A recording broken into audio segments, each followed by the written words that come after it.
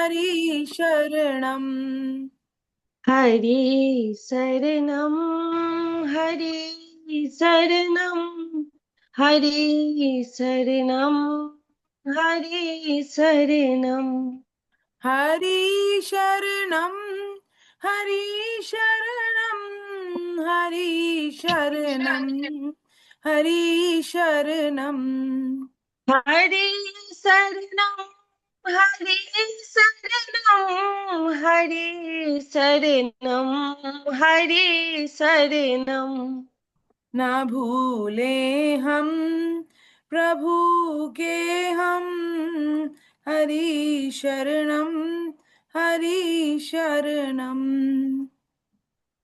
न भूले हम प्रभु के हम। हरि शरणम। हरि शरणम। चाहे सुख की छटा छाए, चाहे दुख की घटा छाए। चाहे सुख की घटा छाए, चाहे दुख की घटा छाए। खुशी हो या हजारों गम, हरि शरणम। हरि शरणम। खुशी हो या हजारों गम, हरि शरणम। हरि शरणम। ना दुनिया में कोई अपना, ये सब एक रात का सपना। न दुनिया में कोई अपना, ये सब है रात का सपना। सत्य है वह अमर प्रियतम, हरि शरणम। हरि शरणम। सत्य है वो अमर प्रियतम, हरि शरणम। हरि शरणम। यही है कामना अपनी, यही है याचना अपनी।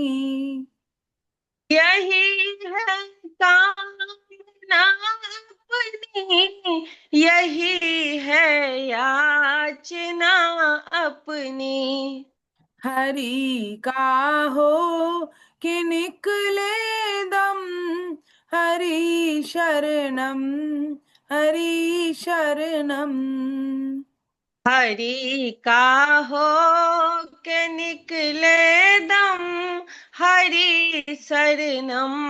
हरि शरणम। हरि शरणम। हरि शरणम। हरि शरणम। हरि शरणम। हरि शरणम। हरि शरणम। हरि शरणम। हरि शरणम। हरे कृष्णा हरे कृष्णा। हरे कृष्ण। नहीं है मेरा यह संसार, नहीं है मेरा यह संसार, ना है ये मेरे लिए। ना है ये मेरे लिए। सभी हैं कृष्ण के, सभी है कृष्ण के। तभी तो प्यारे हैं वे सदा। सभी क्या सॉरी। तभी तो प्यारे हैं वे सदा। सभी तो प्यारे हैं विशदा।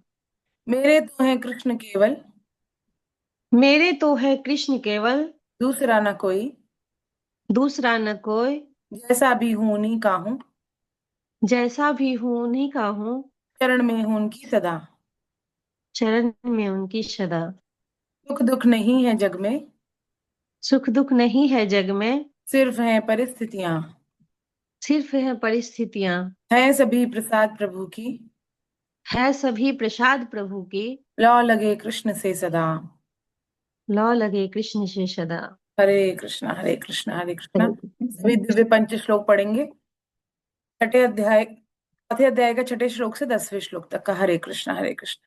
अजोपि सन्नव्ययात्मा, सर्वात्मा भूतानामीश्वरोऽपि सन् प्रकृतिं स्वामधिष्ठाय सम्भवाम्यात्ममायया यदा यदा हि धर्मस्य ग्लानिर्भवति भारत अभ्युत्थानमधर्मस्य तदात्मानं सृजाम्यहम् परित्राणाय साधूनां विनाशाय च दुष्कृतां धर्म संस्थापनार्थाय संभवामि युगे युगे जन्म कर्म च मे दिव्यम् एवं यो वेत्ति तत्त्वतः त्यक्त्वा देहं पुनर्जन्म नैति मामेति सोऽर्जुन वीतराग भय क्रोधा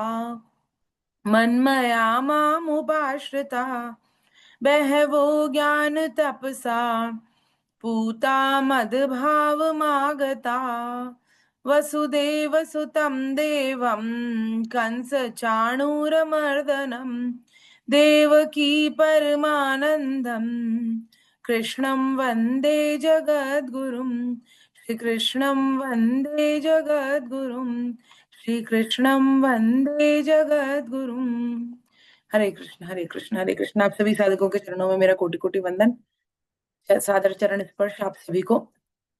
हम छठा छठा अध्याय कर रहे थे। छठे अध्याय का नाम है आत्म संयम योग। और आत्म संयम योग का अर्थ क्या है कि स्वयं पर संयम। स्वयं पर संयम अर्थात अपनी शरीर, मन, बुद्धि और इंद्रियां, है ना। भगवान ने अब तक कर्म योग और सांख्य योग के बारे में कहा। अब आत्म संयम योग में भगवान दोनों के सार रूप में कहते हैं कि क्या आवश्यक है इसके लिए। जैसे भगवान ने पहले श्लोक में ही कह दिया, अनाश्रितः कर्म फलम कार्यम कर्म करोति ये सह सन्यासी च योगी च न निरग्नि चक्रिय। यानी कि कर्म फल का आश्रय न लेकर जो कर्तव्य कर्म करता है वही सन्यासी तथा योगी है। यानी कि भगवान ने कर्म योग का सार कह दिया जो अब तक भगवान कहते आए हैं पांचों अध्यायों में। तो कर्म योग का सार कह दिया। क्या कहा भगवान ने कि कर्म फल का आश्रय ना लेकर जो कर्तव्य कर्म करता है, यानी कि निष्काम कर्म के बारे में भगवान ने कहा। तो कौन है वो? वही सन्यासी और वही योगी है। अर्थात जो फल मिलता है ज्ञान योग में संन्यास मार्ग है, और जो फल मिलता है कर्म योग में वह कर्म मार्ग है। तो दोनों ही वही है जो कर्म फल का आश्रय ना ले।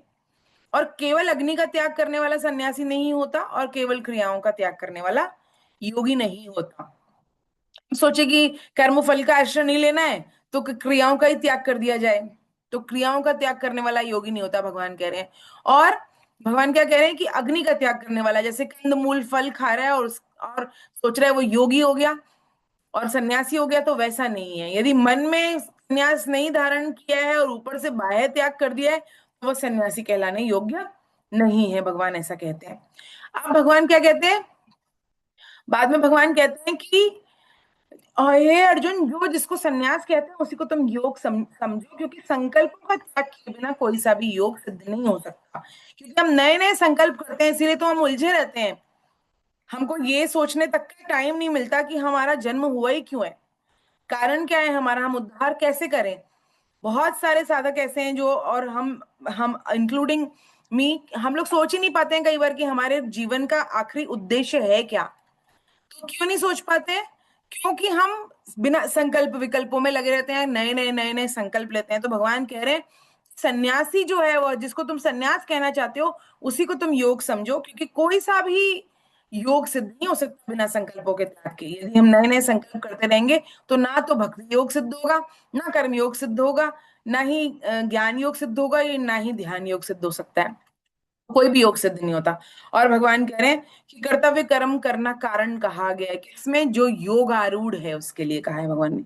जो योग की अपेक्षा करता है, योग चाहता है, योग में स्थित है, वह कौन है? कर्तव्य कर्म करता है वो।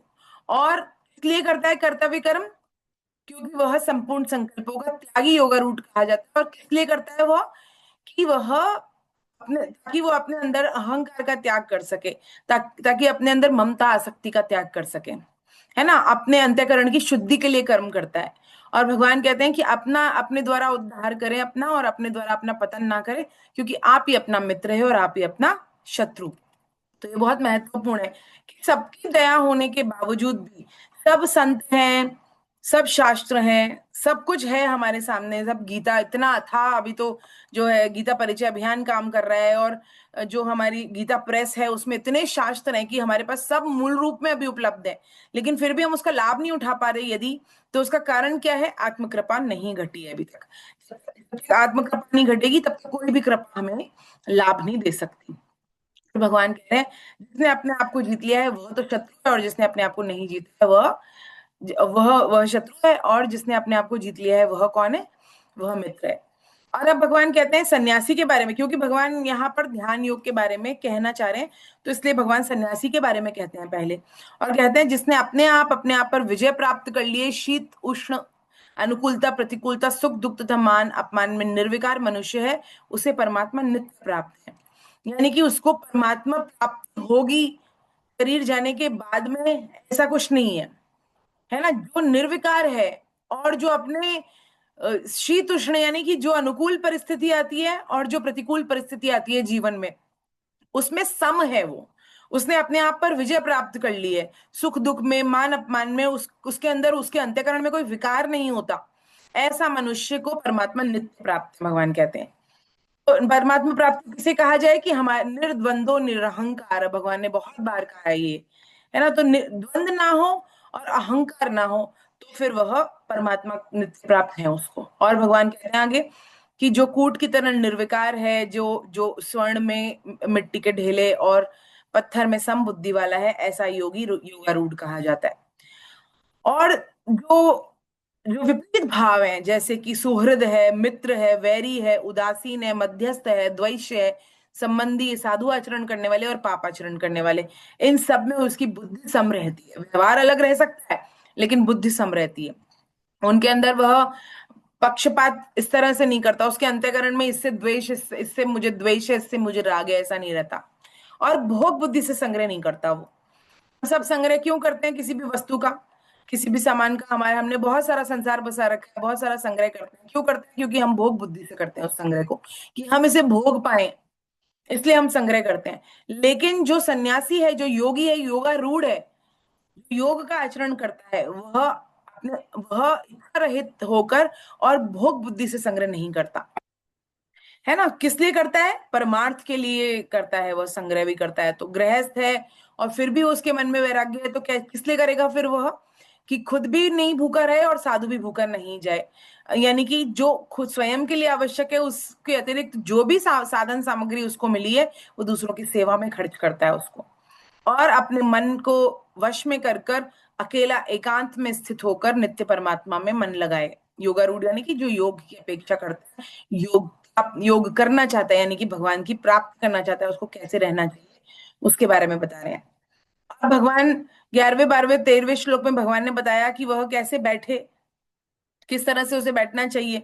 तो भगवान कहते हैं शुद्ध भूमि पर कुशा मृगछाला और वस्त्र बिछे हों, जो न अत्यंत ऊंचा हो न अत्यंत नीचा हो, अपने आसन को स्थित स्थापित करके बैठे, और चित्त इंद्रियों की क्रियाओं को वश में करते हुए मन को एकाग्र करके अंतःकरण की शुद्धि के लिए योग का अभ्यास करे।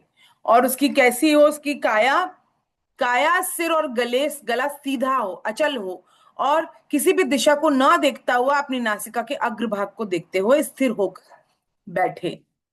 तो भगवान ने ध्यान के लिए किस प्रकार का आसन रहना चाहिए उसके बारे में कहा। किसी विशेष आसन का नाम नहीं लिया भगवान ने, लेकिन भगवान ने ऐसे आसन का नाम लिया जिससे जिससे थोड़े आराम से बैठा जा सके और लंबे समय तक बैठा जा सके। क्योंकि ध्यान लगाना मेन उद्देश्य है, कौन से आसन में बैठा है ये मेन उद्देश्य नहीं है। और ध्यान जो है वो निद्रा से अलग है, क्योंकि उसमें चेतना जागृत रहती है, जबकि जो निद्रा है उसमें चेतना जागृत नहीं रहती, सुषुप्ति अवस्था हो जाती है उसमें। और भगवान कहते हैं कि जिसका अंतःकरण शांत, जो भय रहित है, जो ब्रह्मचारी व्रत में स्थित है, ऐसा सावधान ध्यान ध्यान योगी मन का संयम करके मेरे में चित्त लगाकर बैठे। तो 14वें श्लोक में भगवान ने बता दिया ये चीज कि ध्यान जब लगाना है तो किस में लगाना है? मेरे में भगवान ने कह दिया। भगवान ने ये नहीं कहा कि दीवार पे लगाए, कि शून्य में लगाए, कि इस पे लगाए, कि उस पे लगाए। भगवान ने सीधे सीधे कह दिया कि मेरे में लगाए, यानी कि परमात्मा स्वयं भगवान श्री कृष्ण है। भगवान ने ऐसा कह दिया अर्जुन को। अर्जुन को बार बार भगवान अपने ओर इंगित करते हैं। क्यों? ताकि भगवान उसकी दृष्टि जाए और वो समझ जाए कि जब परमेश्वर मेरे साथ है, परमात्मा मेरे साथ है, तो मुझे चिंता की क्या आवश्यकता है। इसलिए भगवान अपने ओर उसकी नजर करते हैं। और भगवान कह रहे हैं कि वश में किए हुए मन वाला योगी मन को इस तरह से परमात्मा में लगाता हुआ मुझ में सम्यक स्थिति वाले जो निर्वाण परमा शांति है उसको प्राप्त होता है। तो भगवान यहाँ पर निर्गुण निराकार के बारे में बात कर रहे हैं, 15, 16 और 17। और उसका आहार विहार कैसा हो, दिनचर्या कैसी हो। भगवान कह रहे हैं कि यह योग्य ना तो अधिक खाने वाले का, ना बिल्कुल न खाने वाले का, ना अधिक सोने वाले का, ना बिल्कुल न सोने वाले का ही सिद्ध होता है। यानी कि यथा योग्य युक्ताहार विहारस्य युक्त चेष्टस्य कर्मसु, कि जो युक्त चेष्टा करता है, युक्त आहार विहार करता है, युक्त कर्म करता है, यह योग उसी का सिद्ध होता है ना। क्यों? क्योंकि दुखों का नाश करने वाला योग और यथा योग्य आहार विहार करने वालों का, कर्मों में यथा योग्य चेष्टा करने वालों का, तथा यथा योग्य सोने और जागने वालों का सिद्ध होता है।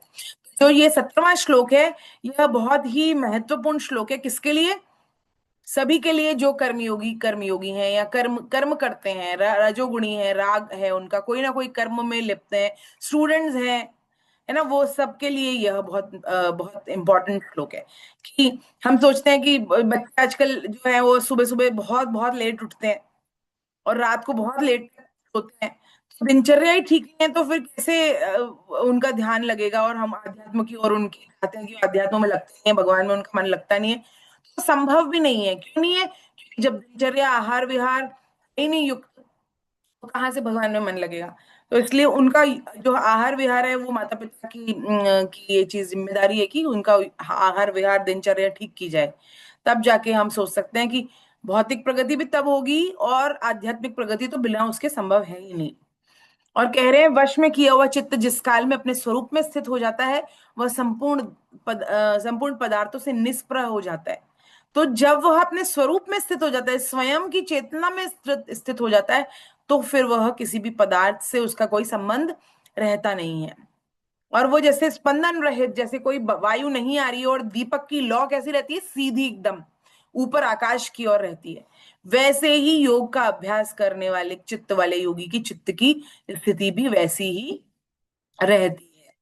मतलब वह स्थिर रहती है।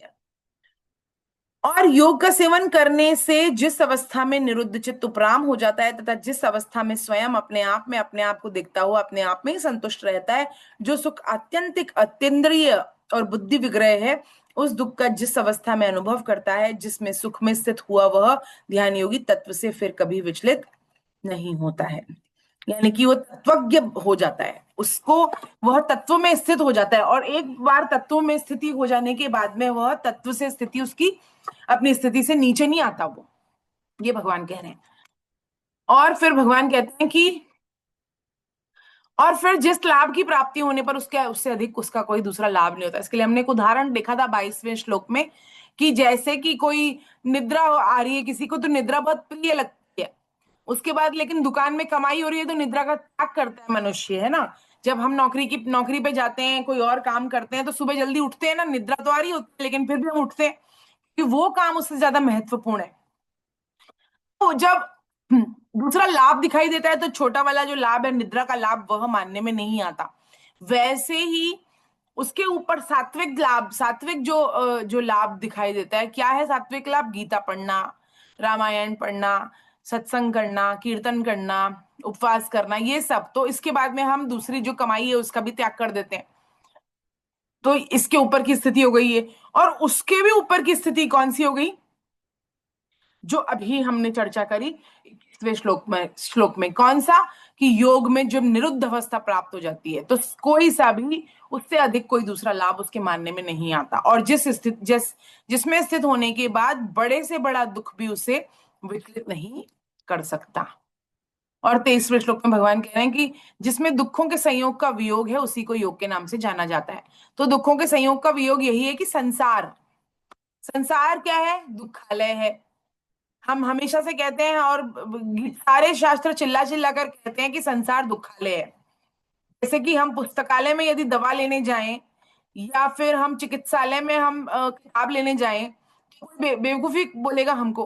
तो जब सब शास्त्र चिल्ला चिल्ला कर कह रहे हैं कि संसार दुखालय है, दुखालय है, दुखालय है, और यहाँ पर हम सुख की तलाश कर रहे हैं, मूर्ख ही कहलाएंगे। जिस प्रकार के चिकित्सालय में पुस्तक की तलाश करने वाला मूर्ख कहलाता है। यही भगवान यहाँ कहते हैं कि जिसमें दुखों के संयोग का वियोग है, वही उसको योग के नाम से जाना जाना चाहिए। क्यों? क्योंकि दुख के संयोग का वियोग का अर्थ है ही यही कि दुख रूपी संसार का जो संयोग हमने मान रखा है, जिसमें हमें लग रहा है कि इसके संयोग से हमें सुख की प्राप्ति होगी, तो उसके संयोग का वियोग कर लिया जाए, उससे संबंध ना माना जाए, है ना। जिसके साथ हमारा कोई संबंध है ही नहीं, हो सकता ही नहीं है, ऐसे दुख रूपी संसार शरीर से अपना संबंध न मानने को दुख संयोग, इस मानने को तो दुख संयोग कहते हैं। और इस दुख संयोग से वियोग कर लिया जाए, हमारा बनाया हुआ है ये संबंध, तो हमें ही तोड़ना है। तो जब हम तोड़ लेंगे, क्यों? क्योंकि आगंतुक दुख है। तो जब हम तोड़ लेंगे तो दुख रूपी संसार से, संसार के संयोग से वियोग हो जाएगा, है ना। ये भगवान ने इसकी परिभाषा बताई। और पहले भी भगवान ने बात बताया था 2:48 में, समत्वम योग उच्यते, समता ही योग है। ये दूसरी परिभाषा भगवान ने बताई 23वें श्लोक में। उसके बाद भगवान कहते हैं कि संकल्पों से उत्पन्न होने वाली संपूर्ण कामनाओं का सर्वथा त्याग करके मन से इंद्रिय संयोग को सब ओर से हटा के धैर्य युक्त बुद्धि के द्वारा संसार से धीरे धीरे उपराम हो जाए, और मन बुद्धि को परमात्मा स्वरूप में सम्यक प्रकार से स्थापित करे, फिर कुछ भी चिंतन ना करे। यह अस्थिर और चंचल मन जहां जहां विचरण करे, वहां वहां से हटाकर इसको परमात्मा में भली भांति स्थित करे। तो क्या है, जब हम ध्यान करते हैं तो क्या होता है, मन बहुत जगह जाता है। कभी कहीं, कभी कहीं, कभी कोई नौकरी की चिंता होगी, कभी बालक की चिंता होगी, कभी और कुछ टंकी भर गई है इसकी चिंता होगी, बहुत सारी चीजों की चिंता होगी। जब ये चिंताएं हो रही हो और जब ये विचार आ रहे हो, तो जहां जहां ये मन विचरण कर रहा है, वहां वहां से खींचकर इसे परमात्मा में लगाया जाए, भगवान ये कह रहे हैं। तो कई बार तो कहते हैं जहां मन जा रहा है उसको जाने दिया जाए। कई ध्यान में ऐसे भी पढ़ाया जाता है कि जहां मन जाए जा रहा है वहां जाने दिया जाए उसको। लेकिन भगवान यहाँ क्या विधि बता रहे हैं कि जहां जहां से मन जा रहा है उसे खींचकर वापस यहाँ ले आया जाए और परमात्मा में स्थित किया जाए, है ना। भगवान ये इस प्रकार से कहते हैं, है ना, 26वें श्लोक में। तो इसका अर्थ क्या है, साधक ने जो ध्येय बनाया है ना, उसमें यह मन टिकता नहीं है। जैसे कि एक बहुत अच्छा इसके लिए एक कथा सुनी थी मैंने। एक बार कोई एक योगी होते हैं, वो कहते हैं मुझे ध्यान सिखाइए। दूसरा एक कोई आता है उनके पास में शागिर्द, और कहता है मुझे ध्यान सिखाइए। तो कहता है ठीक है, तेरे को मैं ध्यान सिखाता हूँ। अब तुझे सिर्फ बंदर के बारे में नहीं सोचना है, और जो तेरे मन में आया उसके बारे में सोचना है, लेकिन बंदर के बारे में नहीं सोचना है। तो जैसे ही वो ये सोचता है कि हाँ मुझे बंदर के बारे में नहीं सोचना है, तो बंदर ही बंदर उसके दिमाग में आता है। वो कुछ भी सोचे बंदर उसके दिमाग में आ जाए, बार बार कहता है बंदर के बारे में नहीं सोचना है। अब बंदर के बारे में नहीं सोचना सोचते, फिर बंदर उसके दिमाग में आता है। तो इसका अर्थ क्या हो गया कि साधक ने जो ध्येय बनाया है उसमें यह मन टिकता नहीं है, अतः इसको अस्थिर कहा गया है। इस तरह मन तरह तरह के भोग पदार्थों का चिंतन करता है, अतः इसको चंचल कहा गया है ना। इस 26वें श्लोक में इसका है, यह अस्थिर और चंचल मन जहां जहां विचरण करता है, यह ना तो परमात्मा में स्थिर होता है और ना ही संसार को छोड़ता है, मन जो है। इसलिए साधक को क्या चाहिए, जहां जहां यह जाए वहां वहां से हटाकर इसे भगवान में लगाए। इसलिए कहते हैं जो ध्यान होता है ना, वह स्वरूप ध्यान जो है वो बहुत सुंदर ध्यान है। भगवान ने तो कह भी दिया 22वें श्लोक में कि मेरी ओर लगा इसको। अब भगवान कह रहे हैं स्वरूप ध्यान का अर्थ क्या है, कि हम कृष्ण का चिंतन करें, कृष्ण के स्वरूप का चिंतन करें, और स्थिर कृष्ण खड़े हैं मूर्ति रूप, ऐसा नहीं। कैसा चिंतन करें, कि कृष्ण लीला कर रहे हैं, सखाओं के साथ खेल रहे हैं, माखन खा रहे हैं, उछल के बैठे हैं, कूद रहे हैं, भाग रहे हैं, यमुना में स्नान कर रहे हैं। तो जब ये इतनी सारी हमको जो हमारी इंद्रियां हैं उनको विषय मिल जाएंगे ना, तो फिर जो मन है वो इधर उधर कहीं विचलित नहीं होगा और परमात्मा में ही स्थित होगा। जब हम कीर्तन करते हैं, ध्यान करते हैं, नाम जप करते हैं, तो मन को लगाने की आवश्यकता नहीं होती अपने आप, क्योंकि कीर्तन हो रहा है तो जबान से भी वही बोल रहे हैं, कानों में भी वही सुनाई आ रहा है, दृष्टि भी भगवान का स्वरूप सामने है, तो अपने आप ध्यान लगता है। तो वैसे ही भगवान यहाँ कह रहे हैं कि जहां जहां पे जा रहा हो मन, वहां से हटाकर इसे भगवान में लगाया जाए। तो नाम जप भी, कीर्तन भी एक तरह का ध्यान है ना। और भगवान कहते हैं जिसके सब पाप नष्ट हो गए हैं, जिसका रजोगुण शांत हो गया है, जिसका मन सर्वथा शांत निर्मल हो गया है, ऐसे ब्रह्म रूप बने योगी को निश्चित ही उत्तम सात्विक सुख प्राप्त होता है। तो सात्विक सुख प्राप्त होता है जब हम गीता पढ़ें, रामायण पढ़ें, कोई ध्यान लगाएं, भगवान का स्वरूप का कीर्तन करें, तो हमें सात्विक सुख प्राप्त होता है। उस समय नहीं लगता कि अरे लाख रुपए की कहीं पर यहाँ डील कर लेता हूँ या करोड़ रुपए की ये डील कर लेता हूँ, उस समय नहीं आता। उस टाइम सात्विक गुण प्रकट होते हैं, तो रजोगुण शांत होता है उस समय और तमोगुण भी शांत होता है। लेकिन इसके बाद भगवान कह रहे हैं कि इसमें ये अत्यंत, उसके बाद में जो उसको सात्विक सुख प्राप्त होता है, 27वें श्लोक में भगवान ने कहा। और 28वें में क्या कहा कि इस प्रकार अपने आप को सदा परमात्मा में लगाता हुआ पाप रहित योगी सुख पूर्वक ब्रह्म प्राप्ति रूप अत्यंत सुख का अनुभव करता है।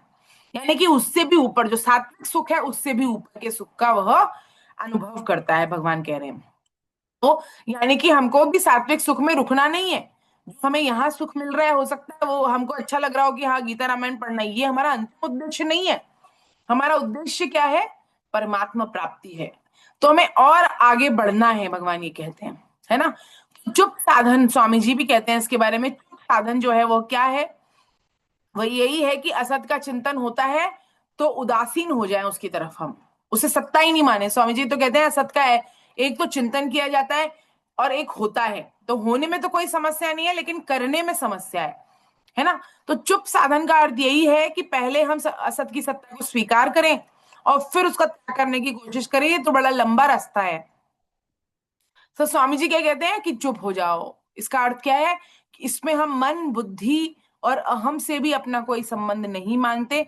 ध्यान में कोई वृत्ति आ भी रही हो तो साक्षी भाव से उसे देखते हैं, क्योंकि हम उसके ज्ञाता हैं। वृत्ति तो आएगी चली जाएगी, क्योंकि वह असत है और हमको परमात्मा में ध्यान लगाना है। तो चुप साधन है ना, समाधि से भी ऊंचा है। ये है, मैं जब मैं था तब हरि नहीं, अब हरि है मैं नहीं, प्रेम गली अति सांकरी तामे दो न समाये। जैसे एक मैदान में दो तलवारें नहीं आ सकती, वैसे ही यदि हम कह रहे हैं कि यदि वो उस अवस्था में पहुंच गया है कि परमात्मा का ध्यान हो रहा है, तो उस समय कोई दूसरा ध्यान आएगा ही नहीं। फिर साधन की स्थिति में ऐसा होता है जब हम उस स्थिति में पहुंच जाते हैं। उसके बाद भगवान कह रहे हैं कि 29वें श्लोक में कि सब जगह अपने स्वरूप को देखने वाला, ध्यान योग से युक्त अंतःकरण वाला सांख्य योगी अपने स्वरूप को संपूर्ण प्राणियों में देखता है और संपूर्ण प्राणियों को अपने स्वरूप में देखता है ना। इसके बारे में हमने चर्चा की थी कि जब सांख्य योगी का अर्थ क्या है? जो ज्ञान योगी है, सन्यासी है, वह क्या, कैसी स्थिति होनी चाहिए उसकी कि स्वयं की जो आत्मा है उसको तो दूसरों में देखे और दूसरों की जो आत्मा है उसमें उसको स्वयं में देखे। अर्थात सर्वम खल विदम ब्रह्म, या अहम ब्रह्मास्मि वाली स्थिति हो जाए कि मैं ही ब्रह्म हूं, ब्रह्म मुझसे भिन्न नहीं है, वह स्थिति ये भगवान बताते हैं। अब 30वें श्लोक से हम आज की चर्चा फिर से प्रारंभ करेंगे। हरे कृष्ण। अभी मैंने रिवाइज किया क्योंकि कुछ नए साधक भी जुड़े हैं जो इसी क्लास से आए हैं, और उनका जो पहली बार छठा अध्याय की चर्चा हो रही है, इसलिए हरे कृष्ण। ये थोड़ा फास्ट लिया था क्योंकि ये पढ़ चुके थे हम सब, है ना, 30वें श्लोक तक, 1 से 30 तक। अब हम धीरे धीरे इसकी चर्चा करेंगे। तो क्या कह रहे हैं? जो भक्त सब में मुझे देखता है और मुझ में सबको देखता है, उसके लिए मैं अदृश्य नहीं होता और वह मेरे लिए अदृश्य नहीं होता। तो भगवान ने, अभी तो भगवान ने क्या कहा था? ज्ञान योग के बारे में कहा था इसके पहले वाले श्लोक में। लेकिन अब भगवान क्या कह रहे हैं? यहाँ भक्ति योग के बारे में भगवान कह रहे हैं। पहले तो भगवान ने 29वें श्लोक में क्या कहा? जो सब जगह अपने स्वरूप को देखता है और ध्यान योग से युक्त अंतःकरण वाला सांख्योगी अपने स्वरूप को संपूर्ण प्राणियों में स्थित देखता है। लेकिन भगवान 30वें श्लोक में कह रहे हैं कि जो भक्त, भगवान ने यहाँ भक्त का शब्द का प्रयोग किया, क्यों? क्योंकि छठे अध्याय के बाद में 7वां अध्याय प्रारंभ होने वाला है और भक्ति योग का षटक प्रारंभ होगा। भगवान भक्ति के बारे में चर्चा करेंगे। तो जो भक्त मुझ में, सब में मुझे देखता है और मुझ में सबको देखता है, उसके लिए मैं अदृश्य नहीं होता और वह मेरे लिए अदृश्य नहीं होता। तो भगवान उसके लिए अदृश्य नहीं होते हैं, क्योंकि जब भगवान सदा सर्वदा उसके लिए रहते ही हैं। जैसे संत महात्मा है और इवन स्वामी जी हैं, सेठ जी हैं और भाई जी हैं, इनको तो नित्य लीला दिखाई देती है भगवान की, राधा कृष्ण की लीला दिखाई देती है।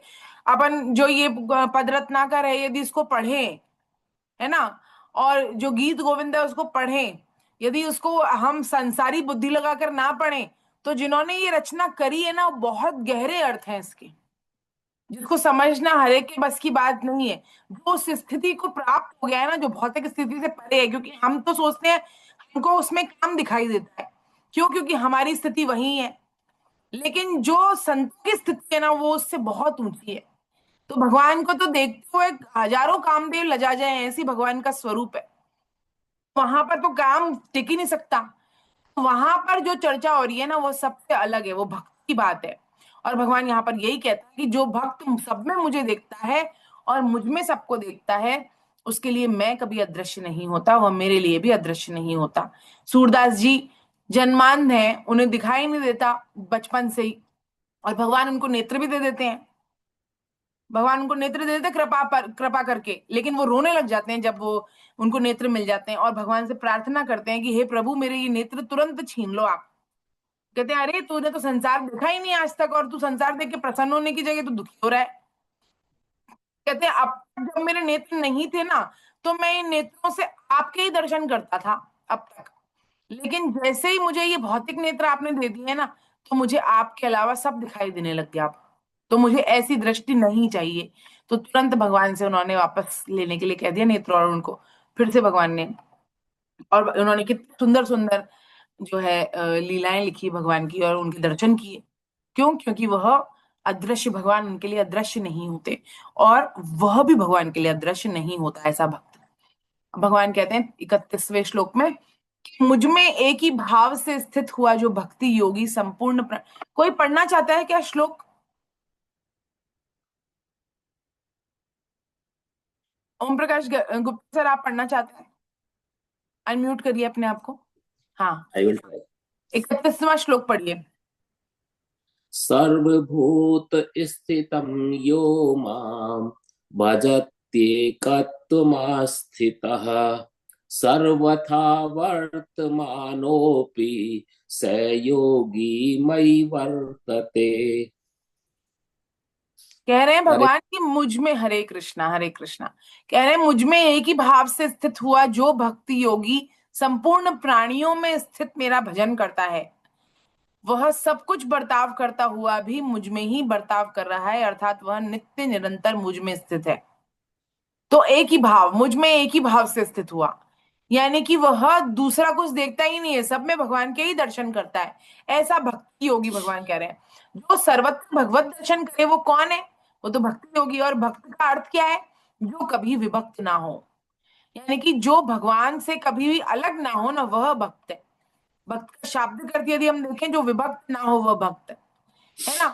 तो भगवान कह रहे हैं कि भगवान और भक्त दिखने में तो दो हैं, पर वास्तव में वो एक ही है। ज्ञान में तो दो होते हैं, लेकिन भक्त प्रेम में एक ही होता है। प्रेम का आदान प्रदान करने के लिए एक होकर दो हो जाते हैं, है ना। जैसे कि श्री श्री राधा रानी और भगवान श्री कृष्ण, वो एक ही है, लेकिन वह दो हो जाते हैं। क्यों? क्योंकि लीला करने के लिए और प्रेम का आदान प्रदान करने के लिए हो जाते हैं, अन्यथा वह अलग अलग है ही नहीं। एक बार गौरा कुमार के यहाँ संत ज्ञानेश्वर जी आए, और उनकी बहन मुक्ताबाई और अन्य संत भी बैठे थे। तो मुक्ताबाई मिट्टी के मटकों को जांचने के लिए एक थापी जो होती है उसको देखती है कि ये मजबूत हो गया है कि नहीं, सिक गया है कि नहीं अच्छे से।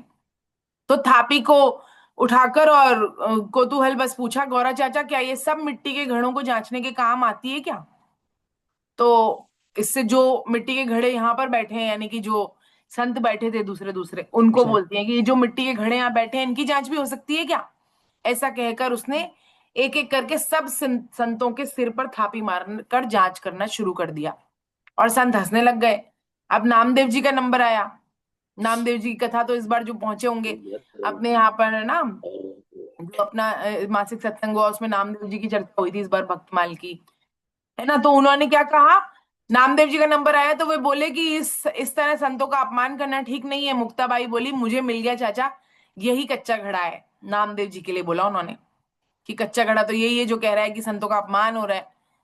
तो फिर वह बोले कि नामदेव जी पांडुरंग के पास पहुंचे और बोले कि मैंने तो सिर्फ तुम्हारा आश्रय ले रखा है, पांडुरंग से बोले कि मैंने तो तुम्हारा ही आश्रय ले रखा है और फिर भी तुमने मुझे कच्चा ही रख दिया, अब तुम ही मुझे पक्का करो और तुम्हारी ये जिम्मेदारी है। फिर पांडुरंग ने उन्हें विशोबा खेचर के पास में भेजा और उस समय वो जंगल में भगवान शिव के मंदिर में शिवलिंग पर पैर रख के बैठे हुए थे। अब हम सोच सकते हैं कि भाई ऐसा भी कोई कर सकता है क्या, और जबकि वो संत हैं जिनके पास उन्होंने उनको नामदेव जैसे बड़े संत को भेजा शिक्षा लेने के लिए। तो वो उनके पास गए और उनको उन्होंने देखा कि अरे ये क्या है। नामदेव ने कहा कि आपको इतना भी नहीं पता कि भगवान शिव के सिर पे पैर रख रखा है आपने। तो जो विसोबा विसोबा खेचर थे वो बोले, बेटा मैं तो बहुत बूढ़ा हो गया हूं, तो मेरा पैर तो मैं उठा ही नहीं पाता हूँ। ऐसा करो कि तुम ही मेरा पैर उठाकर उधर रख दो जहां पर शिवलिंग नहीं है, वहां जहां भगवान नहीं है। तो नामदेव जी ने पैर उठाया और जहां जहां रखते गए वहां वहां शिवलिंग प्रकट होता जाए। तो नामदेव जी बड़े आश्चर्य में पड़ गए और फिर उन्होंने साष्टांग दंडवत प्रणाम किया उनको, विसोबा खेचर जी को। और फिर विसोबा खेचर जी ने उन्हें सर्वव्यापक तत्व का उपदेश दिया। तो ऐसा भगवान यहाँ इस श्लोक में कह रहे हैं कि मुझ में जिसका एक ही भाव हो जाता है ना, तो उसके लिए फिर ये दोष नहीं है, ये दोष लग रहा है, ये तो संसारी लोग हैं जिसको हम जैसे लोगों को इस चीज का दोष लगता है और ये सब। लेकिन जो उस इसका अर्थ ये नहीं कि हम भगवान के विग्रह का अपमान करें, इसका कतई अर्थ ये नहीं है। लेकिन उन संत की स्थिति बिल्कुल अलग है। क्यों? क्योंकि वो भगवान से एकाकार हो गए हैं और कह रहे हैं कि वह सब कुछ बर्ताव करता हुआ अभी मुझ में ही बर्ताव कर रहा है, अर्थात वह नित्य निरंतर मुझ में स्थित है। 32वें श्लोक को पढ़ेंगे सर, ओम प्रकाश सर। हरे कृष्णा। अनम्यूट करिए। आत्मौपम्येन सर्वत्र सम्पश्यति योऽर्जुनः सुखं वा यदि वा दुःखं स योगी परमो मतः। कह रहे हैं, हे अर्जुन हरे कृष्णा, जो भक्त अपने शरीर की उपमा से सब जगह मुझे समान देखता है और सुख अथवा दुख को भी समान देखता है, वह परम योगी माना गया है। क्या कह रहे हैं? कि अपने शरीर की उपमा से सब जगह मुझे समान देखता है। जैसे कि हम अपने शरीर को से एकता मानते हैं ना, ये हाथ है, ये पैर है, ये सिर है, ये गर्दन है, सब है, संपूर्ण शरीर के अलग अलग अंग हैं, लेकिन फिर भी उसमें ये मेरा शरीर है। हम कहते हैं मेरा शरीर है, इसका मतलब सारे अंगों के साथ मेरी एकता है ना, हमारी एकता है इस प्रकार। तो वैसे ही जो जैसे अपने शरीर की उपमा से सब जगह मुझे समान देखता है और सुख अथवा दुख को भी समान देखता है, वह परम योगी है। तो ध्यान योग की यह सर्वोच्च अवस्था है। जैसे भक्त संपूर्ण प्राणियों की आत्मा के साथ भगवान की एकता मानता है ना, उसी प्रकार ध्यान योगी सब शरीरों की अपने शरीर के साथ एकता मानता है ना। इसलिए दूसरों के दुख में दुखी और सुख में सुखी होता है। रामकृष्ण परमहंस एक दिन गंगा किनारे गए, शाम का समय था, अचानक दो नाविकों में झगड़ा हो गया। तो वे देखने लगे कि भाई, तो एक उसमें से बहुत बड़ा बलवान था, उसने दूसरों के घुसा मार दिया और वो जो पतला था वो गिर गया। और इधर तत्क्षण रामकृष्ण परमहंस जी भी गिर गए और कहने लग गए। और फिर जो मतलब वो दौड़कर उनके पास आया तो उसने देखा कि जैसे उनके मुक्का मारा ना जहां पर पीठ में, तो रामकृष्ण परमहंस जी के भी पीठ में वही की वही चोट का निशान आया, क्योंकि उसके दुख का इतना दुख हो गया उनको कि स्वयं के शरीर में वो दुख प्रकट हो गया। है ना, जैसे कि बालक जब बीमार हो जाता है और छोटा होता है, माता दूध पिलाती है उसको, तो जब बालक बीमार होता है तो माता को भी बीमारी का अनुभव होने लग जाता है। क्यों? क्योंकि उससे गहरा संबंध है। वैसे ही जो ध्यान योगी है वो सबके शरीरों के साथ अपना वैसा ही संबंध मानता है। दूसरों के दुख में उसे दुख होता है, दूसरों के सुख में उसे सुख होता है। पर दुख दुख सुख सुख देखे पर, मानस में एक वो भी है ना, जो है मानस के उत्तर कांड में एक चौपाई भी है। ये कौन है संत? संत की परिभाषा दी कि पर दुख दुख सुख सुख देखे पर, तुलसीदास जी कहते हैं, जो दूसरों के दुख में दुख देखे और दूसरों के सुख में सुख देखे, वह है संत। कबीरदास जी कहते हैं, कबीर सोई पीर है जो जाने पर पीर, जो पर पीर न जाने ही सो काफिर बेपीर। तो वो कौन है? काफिर है। वो काफिर परिभाषा कहते हैं, तो काफिर कौन है? जो दूसरों की पीड़ा को नहीं जानता है वह। और वह ऐसे ही, हमने ज्ञानेश्वर महाराज की भी कथा पढ़ी। ज्ञानेश्वर महाराज के भी एक कोई उनसे द्वेष रखते थे, वो आके बोलते हैं कि आप कहते हैं सबकी आत्मा है, मेरी आत्मा ही सबकी आत्मा है, तो ये जो भैंसा खड़ा है इसकी आत्मा भी आपकी आत्मा है क्या? तो उन्होंने कहा हाँ बिल्कुल मेरी आत्मा है। तो उन्होंने भैंसे के पीठ में डंडे मार दिए, और ज्ञानेश्वर महादेव के महाराज के पीठ में भी वही की वही डंडे छपे मिले। तो वैसे ही है, वैसे ही तो संत का यही लक्षण है, जो अभी भगवान ने जो बताया ना ध्यान योगी का लक्षण, वैसा ही लक्षण संत का भी है कि वह दूसरों की पीड़ा में अपनी पीड़ा देखता है और दूसरों के सुख में अपना सुख देखता है। संत हृदय नवनीत समाना, कहा कभई पीर कहे न जाना, निज परिताप द्रव्य नवनीता, पर दुख द्रव्य संत सुपनीता। तो संत कौन है? जो दुख के दूसरों के दुख से द्रवित हो जाए और स्वयं के दुख को कुछ नहीं समझे उसके सामने। तो ये स्थिति जो है वह संत की है। अगला श्लोक पढ़ेंगे। हरे कृष्णा। 33वां और 34वां दोनों पढ़िए। ओम प्रकाश गुप्ता सर पढ़िए। अर्जुन उवाच योऽयं योगस्त्वया प्रोक्तः साम्येन मधुसूदन एतस्याहं न पश्यामि चञ्चलत्वात् स्थितं स्थिराम् चञ्चलं हि मनः कृष्ण प्रमाथि बलवद्दृढम् तस्याहं निग्रहं मन्ये वायोरिव सुदुष्करम। हरे बहुत सुंदर। हरे कृष्णा। देखिए बहुत सुंदर और पॉपुलर श्लोक है ये। क्या कह रहे हैं? अब अर्जुन के मन में प्रश्न आया कि कह रहे हैं कि जो दिया है उसकी लौ के समान है मन स्थिर, और इस तरह से भगवान कह रहे हैं, जबकि मुझे तो मन है वो बड़ा चंचल प्रतीत होता है। तो अर्जुन अब प्रश्न करते हैं कृष्ण से। कृष्ण ने जो इतने देर से कहा सब बातें, और अर्जुन का प्रश्न था पहले श्लोक में, उसके बाद में भगवान ने कब 32वें श्लोक तक कहा। तो अब वो पूछ रहे हैं, अर्जुन क्या पूछ रहे हैं कि हे मधुसूदन, आपने समता पूर्वक जो यह योग कहा है मन की चंचलता के कारण, मैं इस योग की स्थिर स्थिति नहीं देखता हूं। कारण कि हे कृष्ण, मन बड़ा ही चंचल, प्रमथनशील, दृढ़ यानी कि जिद्दी और बलवान है। उसको रोकना मैं आकाश में स्थित वायु की तरह अत्यंत कठिन मानता हूं। तो क्या कह रहे हैं? प्रमाथ ही बल वृद्धड़म।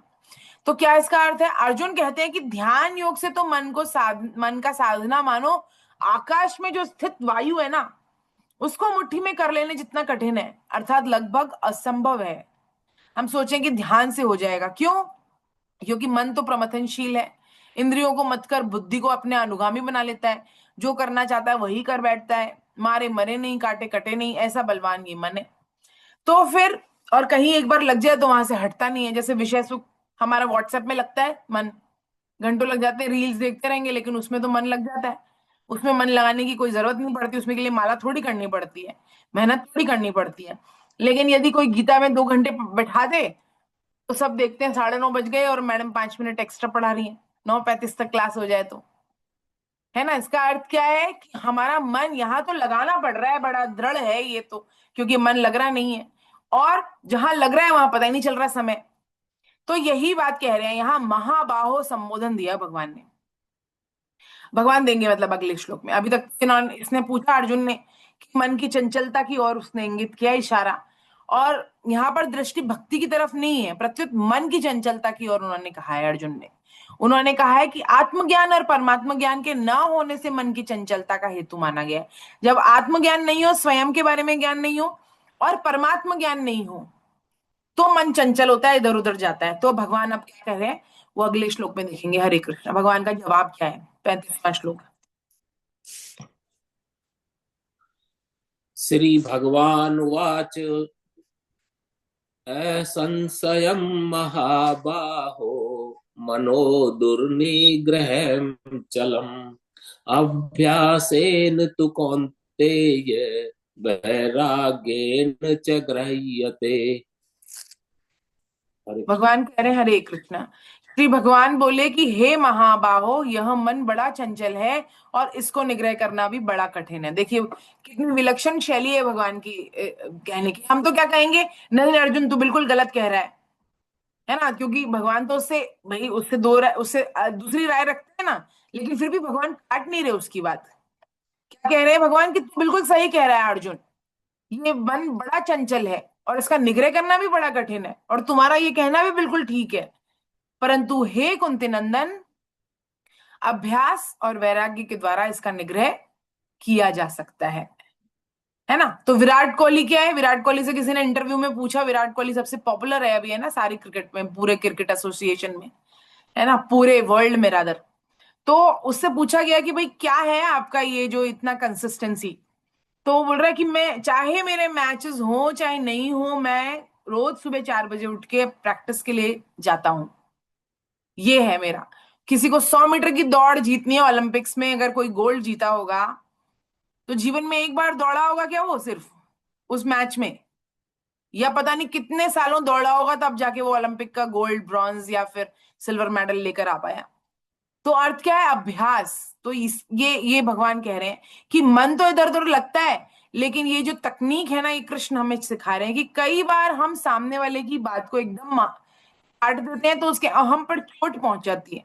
फिर वो हमारी जो बात है उसको सुनने के लिए भी तैयार नहीं होता आसानी से। भगवान यहाँ हमको वो सीख भी बता रहे हैं कि किस प्रकार से दूसरे की बात को सुनना चाहिए, और फिर उसके उससे विपरीत भी कोई बात कहनी हो तो उसका तरीका क्या होना चाहिए, ये भगवान कह रहे हैं। तो यहाँ पे भगवान ने दो संबोधन दिए अर्जुन को, क्या, एक तो महाबाहो, और एक क्या बोला उसको, कि कुंतीनंदन। महाबाहो का अर्थ तो यह है कि सुशूरवीरता बताने के लिए, अर्थात अर्जुन अभ्यास करते हुए उकताना नहीं चाहिए। वो धनुर्धर कैसे बना, क्योंकि उसने अभ्यास किया, इसलिए वो इतना श्रेष्ठ धनुर्धर बना। जैसे जैसे आज्ञा करी वैसे वैसे उस चला। और भगवान उसको कह रहे हैं जो है कुंती नंदन, कुंती को क्यों कह रहे हैं, क्योंकि अभ्यास और वैराग्य की बात कर रहे हैं। तो अभ्यास के लिए तो महाबाहो कहा, और वैराग्य के लिए कुंती से बड़ा कोई वैराग्यवती स्त्री नहीं है, और कोई वैराग्यवती जीव नहीं है। क्यों, क्योंकि कुंती ने तो भगवान श्री कृष्ण से भी विपत्तियां ही मांगी, जबकि उसने हमेशा कष्ट ही कष्ट देखा अपने जीवन में। विधवा हो गई, जंगल में चली गई, वनवास सहन किया, और फिर बच्चों को पाला, कर्ण का दुख सहन किया, और हर तरह से उसने सिर्फ दुख देखा। और उसके बाद में भी उसने क्या मांगा, वैराग्य फिर भी भगवान कृष्ण से विपत्ति मांगी, क्योंकि वह बहुत वैराग्यवती स्त्री, बहुत वैराग्यवती स्त्री थी। और उन्होंने, कुंती माता ने ये भी मांगा, कुंती माता को एक ही बार क्रोध आया सिर्फ, कब, जब श्री कृष्ण को बांधा गया, जब वो समझाने के लिए गए कि युद्ध टाला जा सकता है, और एक बार जब उनकी पुत्र वधू का अपमान हुआ भरी सभा में, तब क्रोध आया। और जब कृष्ण को बांधा गया तब उन्होंने क्या कहा, अर्जुन और जो पांडव थे उनको उनको आज्ञा दी कि अब शत्राणी जिस दिन के लिए अपने पुत्रों को जन्म देती है ना, वो दिन आज आ गया है, और अब युद्ध होके रहेगा। और उन्होंने आज्ञा दी बाकायदा अपने बच्चों को कि अब ये युद्ध युद्ध हमें लड़ना है और जीतना है ऐसे। तो ये कह रहे हैं वहां पर, और कुंती को कहा गया कि अभ्यास और वैराग्य। तो कुंती ने भगवान श्री कृष्ण से विपत्तियों का वरदान मांगा। भागवतम में भी कुंती महारानी ने कृष्ण से कहा कि मैं चाहती हूँ कि हमें बार बार विपत्तियां आए, जिससे हमें बार बार आपके दर्शन हो। आपका दर्शन जन्म मृत्यु से छुटकारा दिलाने वाला है। तो भगवान का ध्यान हमें कब आता है, जब हम पार्टी कर रहे होते हैं तब आता है क्या ज्यादा, या फिर हम थोड़े दुखी होते हैं तब आता है, या हम थोड़े से अ, मतलब साधारण स्थिति में होते हैं, या थोड़ी दुख भरी विपत्तियों वाली स्थिति में होते हैं, तो भगवान का ध्यान ज्यादा आता है। विपत्ति अच्छी है कि फिर वह पार्टी अच्छी है, वो ज्यादा अच्छी है विपत्ति, जिसमें भगवान का ध्यान नहीं जाते है ना। दुख के माथे, सुख के माथे सल पड़े, जो नाम हृदय से जाए, बलिहारी दुख आपने गोविंद दियो रटाए, है ना, बल पल पल याद दिलाए। तो ये स्थिति है। और मन को बार बार ध्येय में लगाने का नाम अभ्यास है। यह अभ्यास रोज निरंतर करने से ध्येय में आदर और महत्व बुद्धि होने पर अभ्यास दृढ़ हो जाता है। जैसे हम कहें कि एक दिन तो 2 माला कर ली, एक दिन एक भी नहीं करी, एक दिन 16 कर ली, एक दिन 32 कर ली, तो इससे क्या होता है, यह अभ्यास नहीं है। नियम जो भी पाल रखा है ना हमने, चाहे 4 माला का ही नियम है, मिनिमम 4 माला तो हर साधक को करनी चाहिए, तो वो 4 माला का नियम नियमित होना चाहिए, निरंतर होना चाहिए, रोज निश्चित संख्या में होना चाहिए, तो उसको आदर और महत्व बुद्धि मिलेगी, और अभ्यास दृढ़ होगा। प्रकाश चंद गुप्ता सर कुछ पूछना चाह रहे हैं, हरे कृष्णा, अनम्यूट करिए अपने आप को। श्लोक पढ़ना चाह रहे हैं क्या, अनम्यूट करिए। हाँ जी, एक मिनट। हाँ, तो अगला श्लोक पढ़िएगा, एक बार मैं इसको पूर्ण कर लूं। अगला, हाँ, मैं तो ये पूछना चाह रहा हूँ कि मिनिमम कितनी माला करनी चाहिए वैसे। देखिए मिनिमम 4 माला तो हमें करनी ही चाहिए, क्योंकि अगर मैं अभी 16 बोलूंगी तो सब कोई नहीं करेगा। नहीं नहीं, 4 से तो खैर हम तो 11 माला तो करते ही हैं, पर हाँ, आप मतलब। पुराने साधक हैं इसलिए आप करते हैं, लेकिन मिनिमम 4 माला, क्योंकि अभी तक हमारे छठे अध्याय का एग्जाम नहीं हुआ है। तो छठे अध्याय के एग्जाम के बाद हम 16 माला का नियम लेंगे। लेकिन छठे अध्याय के एग्जाम से पहले जो नए साधक है वो कम से कम 4 माला करें, है ना। 4 माला भी कौन सी? हरे कृष्ण कृष्ण कृष्ण हरे हरे, हरे राम राम राम हरे हरे। इसमें एक जो हमने नाम लिया भगवान का पूरा, उसमें 16 बार भगवान का नाम आया। और ऐसा 108 बार करेंगे तब जाके हमारी एक माला होगी। और ऐसी 4 माला करनी है। इसका मतलब 108 मल्टीप्लाई बाय 4 मल्टीप्लाई बाय 16, इतने नाम हम भगवान के ले रहे हैं। तो यदि कोई छोटा मंत्र कर रहा है, कह रहा है कि नहीं मैं हरे कृष्ण महामंत्र नहीं करूंगा, हरिओम तत्सत करूंगा, या कृष्ण कृष्ण कृष्ण करूंगा, राम राम राम करूंगा, तो उतने ये तीनों के मल्टीप्लाई करने पर जो संख्या आती है उतने नाम ले लें हम राम के, कृष्ण के, जो भी छोटा मंत्र आप कर रहे हैं उतने, है ना। तो ये अन्यथा माला हम ये जपनी है वाला हमको। 4 माला, ये वाली माला है, मतलब ये वाला मंत्र। ये वाला मंत्र करने के लिए चैतन्य महाप्रभु ने कहा है, क्योंकि इसमें कोई नियम नहीं है। बाकी जो हम मंत्र लेते हैं ना उसको गुरु से लेना होता है, दीक्षा देते हैं गुरु, और उसके नियम बताते हैं कि यहाँ ऐसी अवस्था में बैठ के ऐसा आसन लगा के ये किया जाए। शुद्ध अवस्था हो, अशुद्ध अवस्था हो, हाथ धुले हो, स्नान किया हो, जनेऊ धारण किया हो, कंठी धारण की हो, इत्यादि इत्यादि जो भी आपके गुरु ने बताया। लेकिन इस वाला जो ये महामंत्र है इसको किसी भी अवस्था में किया जा सकता है। इसमें शुद्धि अशुद्धि इन सब का कोई बहुत महत्व नहीं है ना। इसलिए यह जो मंत्र हाँ, है तो इसको महामंत्र ये कहते हैं। आपने एग्जाम के लिए भी बोला है, तो इसका एग्जाम कब होगा, मतलब मेरे को तो हमको कुछ पता नहीं। अभी छठा अध्याय पूर्ण होगा, उसके बाद एग्जाम की डेट अनाउंस होगी। एग्जाम हमारा हर 6 अध्याय के बाद होता है। तो ये 6 अध्याय जी। पूर्ण होंगे तो एक एग्जाम होगा। जैसा आपको के पास में असाइनमेंट आ रहा है बस उसी प्रकार का होगा, बहुत कठिन नहीं होता। और ना ही कोई उसमें डिटेल्ड क्वेश्चंस पूछे जाते हैं, एमसीक्यू होते हैं, multiple choice questions, fill in the blanks, match the following, इस तरह के क्वेश्चंस होते हैं। उसके बाद में 7वें अध्याय से 13वें 12वें अध्याय तक होगा एक और बार। फिर 13वें अध्याय से 18वें अध्याय के बाद होगा। तो ऐसे 3 परीक्षाएं होंगी 6 6 अध्यायों की। और फिर जी। अंत में पूरे 18 अध्यायों की एक परीक्षा होगी। ऐसे करके 4 परीक्षाएं होंगी हमारी। इसमें 40% मार्क्स आपके संकल्प के होते हैं।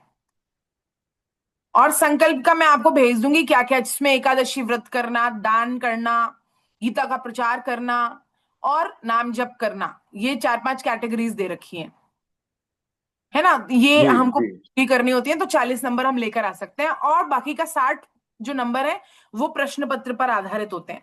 जो हमारा प्रश्न पत्र आता है वो हमारा 40 नंबर का आएगा, एमसीक्यू जो क्वेश्चन होंगे।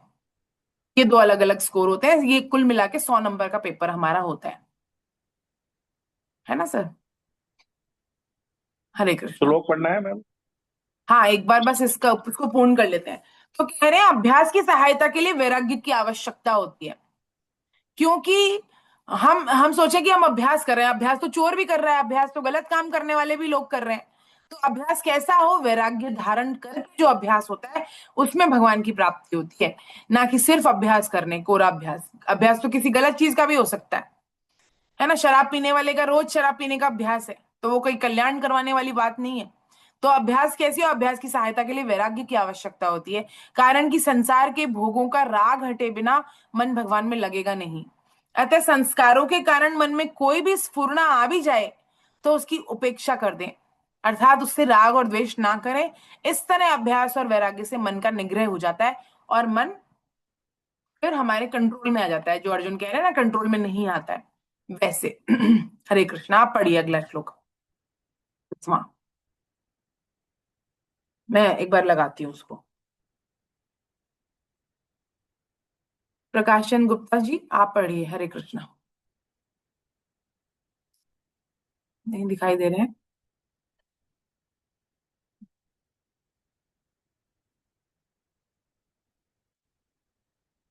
मैं आपको देख नहीं पा रही हूँ सर, अनम्यूट नहीं है कि आप 1 मिनट रुकिए, मैं आपको करती हूँ अनम्यूट। हाँ, आप करिए अनम्यूट और पढ़िए 36वां श्लोक, हरे कृष्ण। पढ़िए। संयम्य आत्मा योगो दुष्प्राप इति मे मति वश्यात्मना तु यतता शक्यो वाप्तुमुपायतः। जिसका मन पूरा वश में नहीं है, उसके द्वारा योग प्राप्त होना कठिन है, परंतु उपाय पूर्वक यत्न करने वाले तथा वश में किए हुए मन वाले साधक को योग प्राप्त हो सकता है, ऐसा मेरा मत है। हरे कृष्णा, बहुत सुंदर। क्या कह रहे हैं कि अभी तो भगवान ने क्या कहा, वैराग्य और अभ्यास के बारे में कहा, है ना। और जिसका मन पूरी तरह पूरा वश में नहीं है, जिसके द्वारा योग प्राप्त होना कठिन है, परंतु उपाय पूर्वक यत्न करने वाले तथा वश में किए हुए मन वाले साधक को योग प्राप्त हो सकता है, ऐसा मेरा मत है। तो भगवान क्या कह रहे हैं, ध्यान योग की सिद्धि के लिए, जैसे हम सोचते हैं कि ध्यान एक दिन में लग जाएगा या 10-15 दिन प्रैक्टिस की, नहीं लगा तो छोड़ दिया उसको, ये भगवान कह रहे हैं ध्यान योग की सिद्धि के लिए मनो निग्रह की अपेक्षा मन को शुद्ध करना ज्यादा आवश्यक है। जैसे टीवी देखते समय, व्हाट्सएप देखते समय हमारा मन एकाग्र हो जाता है और विषय भोगों से हमारा मन एकाग्र हो जाता है, लेकिन ध्यान योग से नहीं होता। तो चित्त को अंतर्मुखी करना, राग द्वेष से हटाना ही एकाग्रता है। इसलिए चित्त शुद्धि की जितनी आवश्यक की अधिक आवश्यकता है। ध्यान योग की सिद्धि के लिए मनोनिग्रह की अपेक्षा मन को शुद्ध करें हम। जब मन शुद्ध होगा तो अपने आप सही जगह पर ही लगेगा वो, और मन अशुद्ध होगा तो वो सही जगह पर लगेगा नहीं। चित्त शुद्ध होना आवश्यक है। इसके लिए ही बताया जाता है A B C D formula: association with the deity devotees, book reading, chanting और डीटी वर्शिप, ये बताया गया है ना। तो ये हम लगातार लगातार, हमारा संग कैसा हो, हमारा दिनचर्या कैसी हो, इस पर ध्यान लगाने की आवश्यकता है, ताकि मन शुद्ध किया जा सके। और उसका ध्यान योग प्रयत्न करने पर सिद्ध हो जाता है, जिसका मन शुद्ध होता है। तो ज्ञान योग में अभ्यास से ज्यादा वैराग्य प्रमुख है। देखिए, वैराग्य जो है वो बहुत महत्वपूर्ण है, अभ्यास से भी ज्यादा महत्वपूर्ण है। क्यों? क्योंकि जब वैराग्य होगा तो अभ्यास सही जगह पर होगा, है ना। एक बार एक अभ्यास की सहायता के लिए वैराग्य की आवश्यकता होगी, क्योंकि संसार के भोगों से राग हटे बिना हम कितना ही अभ्यास कर ले, हमारा भगवान में मन लगेगा नहीं। और ये हम अनुभव करते हैं। क्यों? हमारा संसार में राग है, तो हमारा हम कितना ही अभ्यास करते हैं लेकिन हमारा मन नहीं लगता। क्यों? क्योंकि वैराग्य नहीं हुआ है वहां से अभी तक, संसार के भोगों से। तो संसार के भोगों से वैराग्य नहीं होगा तब तक हम अभ्यास करते रहें, लेकिन हमारा मन बार बार लगेगा इससे कैसे छूटे और संसार में वापस कैसे जाके घुल मिल जाए। तो ये संसार दुखालय है, बार बार कह रहे हैं शास्त्र, फिर भी हम भगवान की बात नहीं मानकर संसार में सुख खोज रहे हैं। तो ये अज्ञान की बात है। फिर विषय सुख से हमारी तृप्ति नहीं हो सकती। जो सच्चे साधक हैं उनको एक शब्द से वैराग्य हो जाता है। एक बार राजस्थान के एक संत हुए हैं, संत दादू दयाल जी, आपने सुना होगा उनका नाम, है ना। और जी। उनके जो शिष्य थे उनका नाम था रज्जब जी। तो वे शादी के लिए सेहरा बांधकर घोड़ी पे बैठ गए। रज्जब जी का विवाह होने वाला था, और वो उन्होंने संत दादू दयाल जी को गुरु बनाया हुआ था, और वो उनको वैराग्य का और जो सन्यास की शिक्षा दे रहे हैं, और वो सेहरा बांधकर और घोड़ी पे बैठे हैं। तो उनके सामने गुरुदेव आ गए, संत दादू दयाल जी, और उनकी आंखें मिली और गुरुदेव जी ने एक शब्द कहा, एक एक एक सेंटेंस कहा, और उनके हृदय में तीव्र वैराग्य प्रकट हो गया उसी वक्त, और वो तत्क्षण साधु हो गए। और राजस्थान के प्रसिद्ध संतों में उनका नाम लिया जाता है रज्जब जी का। तो उन्होंने क्या कहा संत दादू दयाल जी ने? रज्जब ते गज्जब करियो, सिर पर बांधी मोर, आया था हरि भजन को, कीन नरक में ठोर। उन्होंने क्या कहा कि भाई तू तो हरि भजन के लिए आया था, तू कहाँ विवाह करके और नरक जा रहा है। तो फिर वो क्या बोल रहे, तुरंत उनके मन में वैराग्य प्रकट हो गया, घोड़ी से नीचे उतर गए और क्या बोले, दादू से सतगुरु मिले और शिष्य रज्जब से जान, एक ही शब्द में सुलझ गई रही न खींचा तान।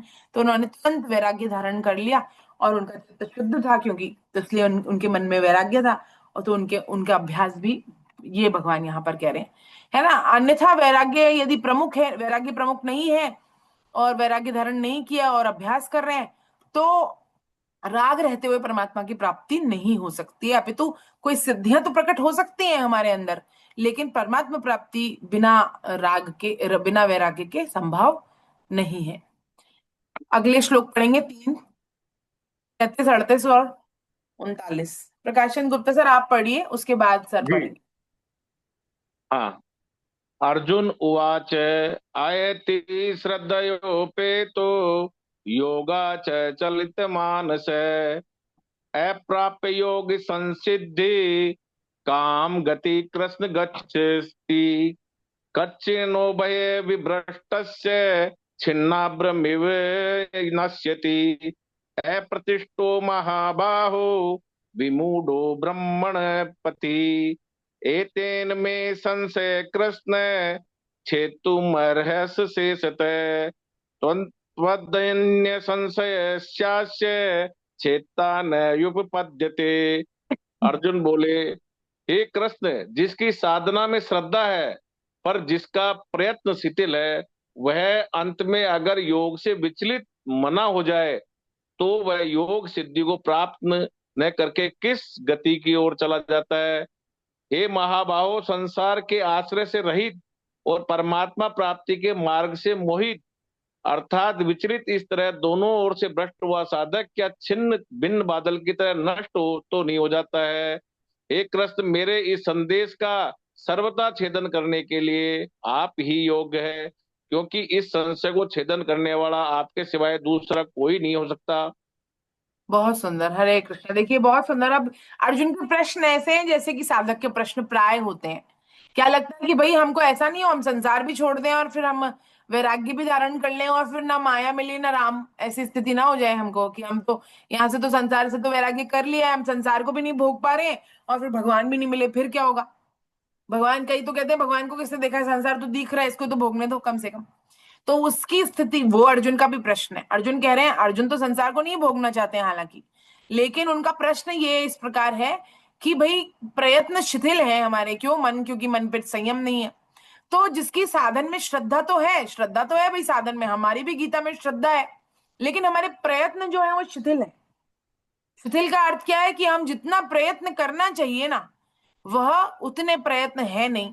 तो और अंत समय में अगर योग से विचलित हो जाए, तो वो अंत समय में भगवान याद नहीं आए और संसार का कुछ याद आ जाए, तो फिर वह सिद्धि को प्राप्त न करके किस गति को चला जाएगा। फिर अर्जुन का ये प्रश्न है, क्या होगी उसकी स्थिति, वो भगवान को प्राप्त तो कर नहीं पाएगा। 8वें अध्याय में भी कहा है ऐसा भगवान ने कि जो अंत में नहीं भगवान का याद करता तो फिर क्या उसकी गति होती है। तो भगवान उसका उत्तर देंगे वहां पर, लेकिन यहाँ पर भगवान ये पूछ रहे तो वो किस गति को जाता है।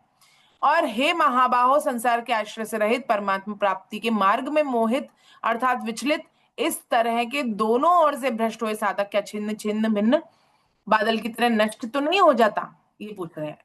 भाई जैसे छोटे छोटे बादल होते हैं ना, हवा आती है तो इधर उधर छिन्न भिन्न होकर नष्ट हो जाते हैं, कोई बारिश वारिश नहीं करने में वो सक्षम होते।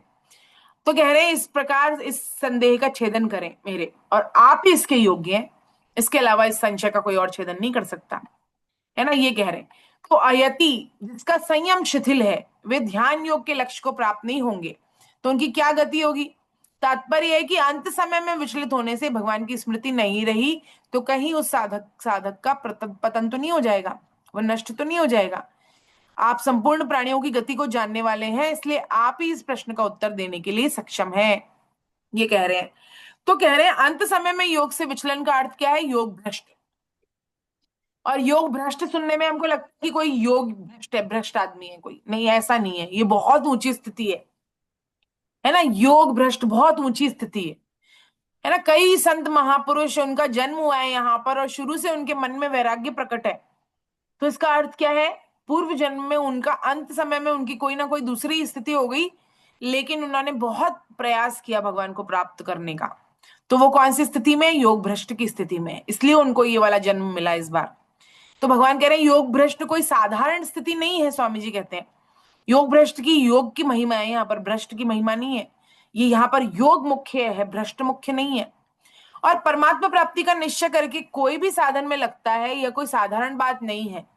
जैसे किसी को, कोई बद्रीनाथ जा रहा है, रास्ते में चलते चलते उसे नींद आ जाएगी, है ना। मान लेते हैं ऋषिकेश में नींद आ गई, जयपुर से निकला था और उसके बाद उठ जागा, तो कहां से यात्रा प्रारंभ करेगा, ऋषिकेश से ही यात्रा प्रारंभ करेगा, वापस जयपुर से यात्रा थोड़ी प्रारंभ करेगा।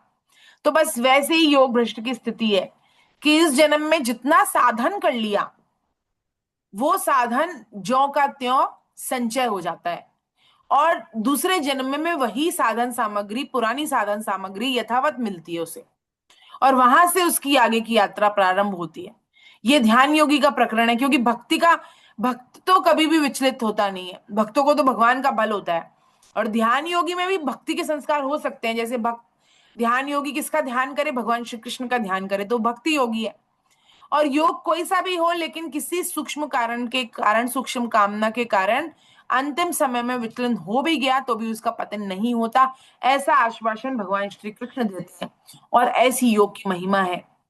भगवान क्या कहते हैं अब अगले श्लोक में, आप पढ़िए सर। हरे कृष्णा, पढ़िए सर, हरे कृष्णा।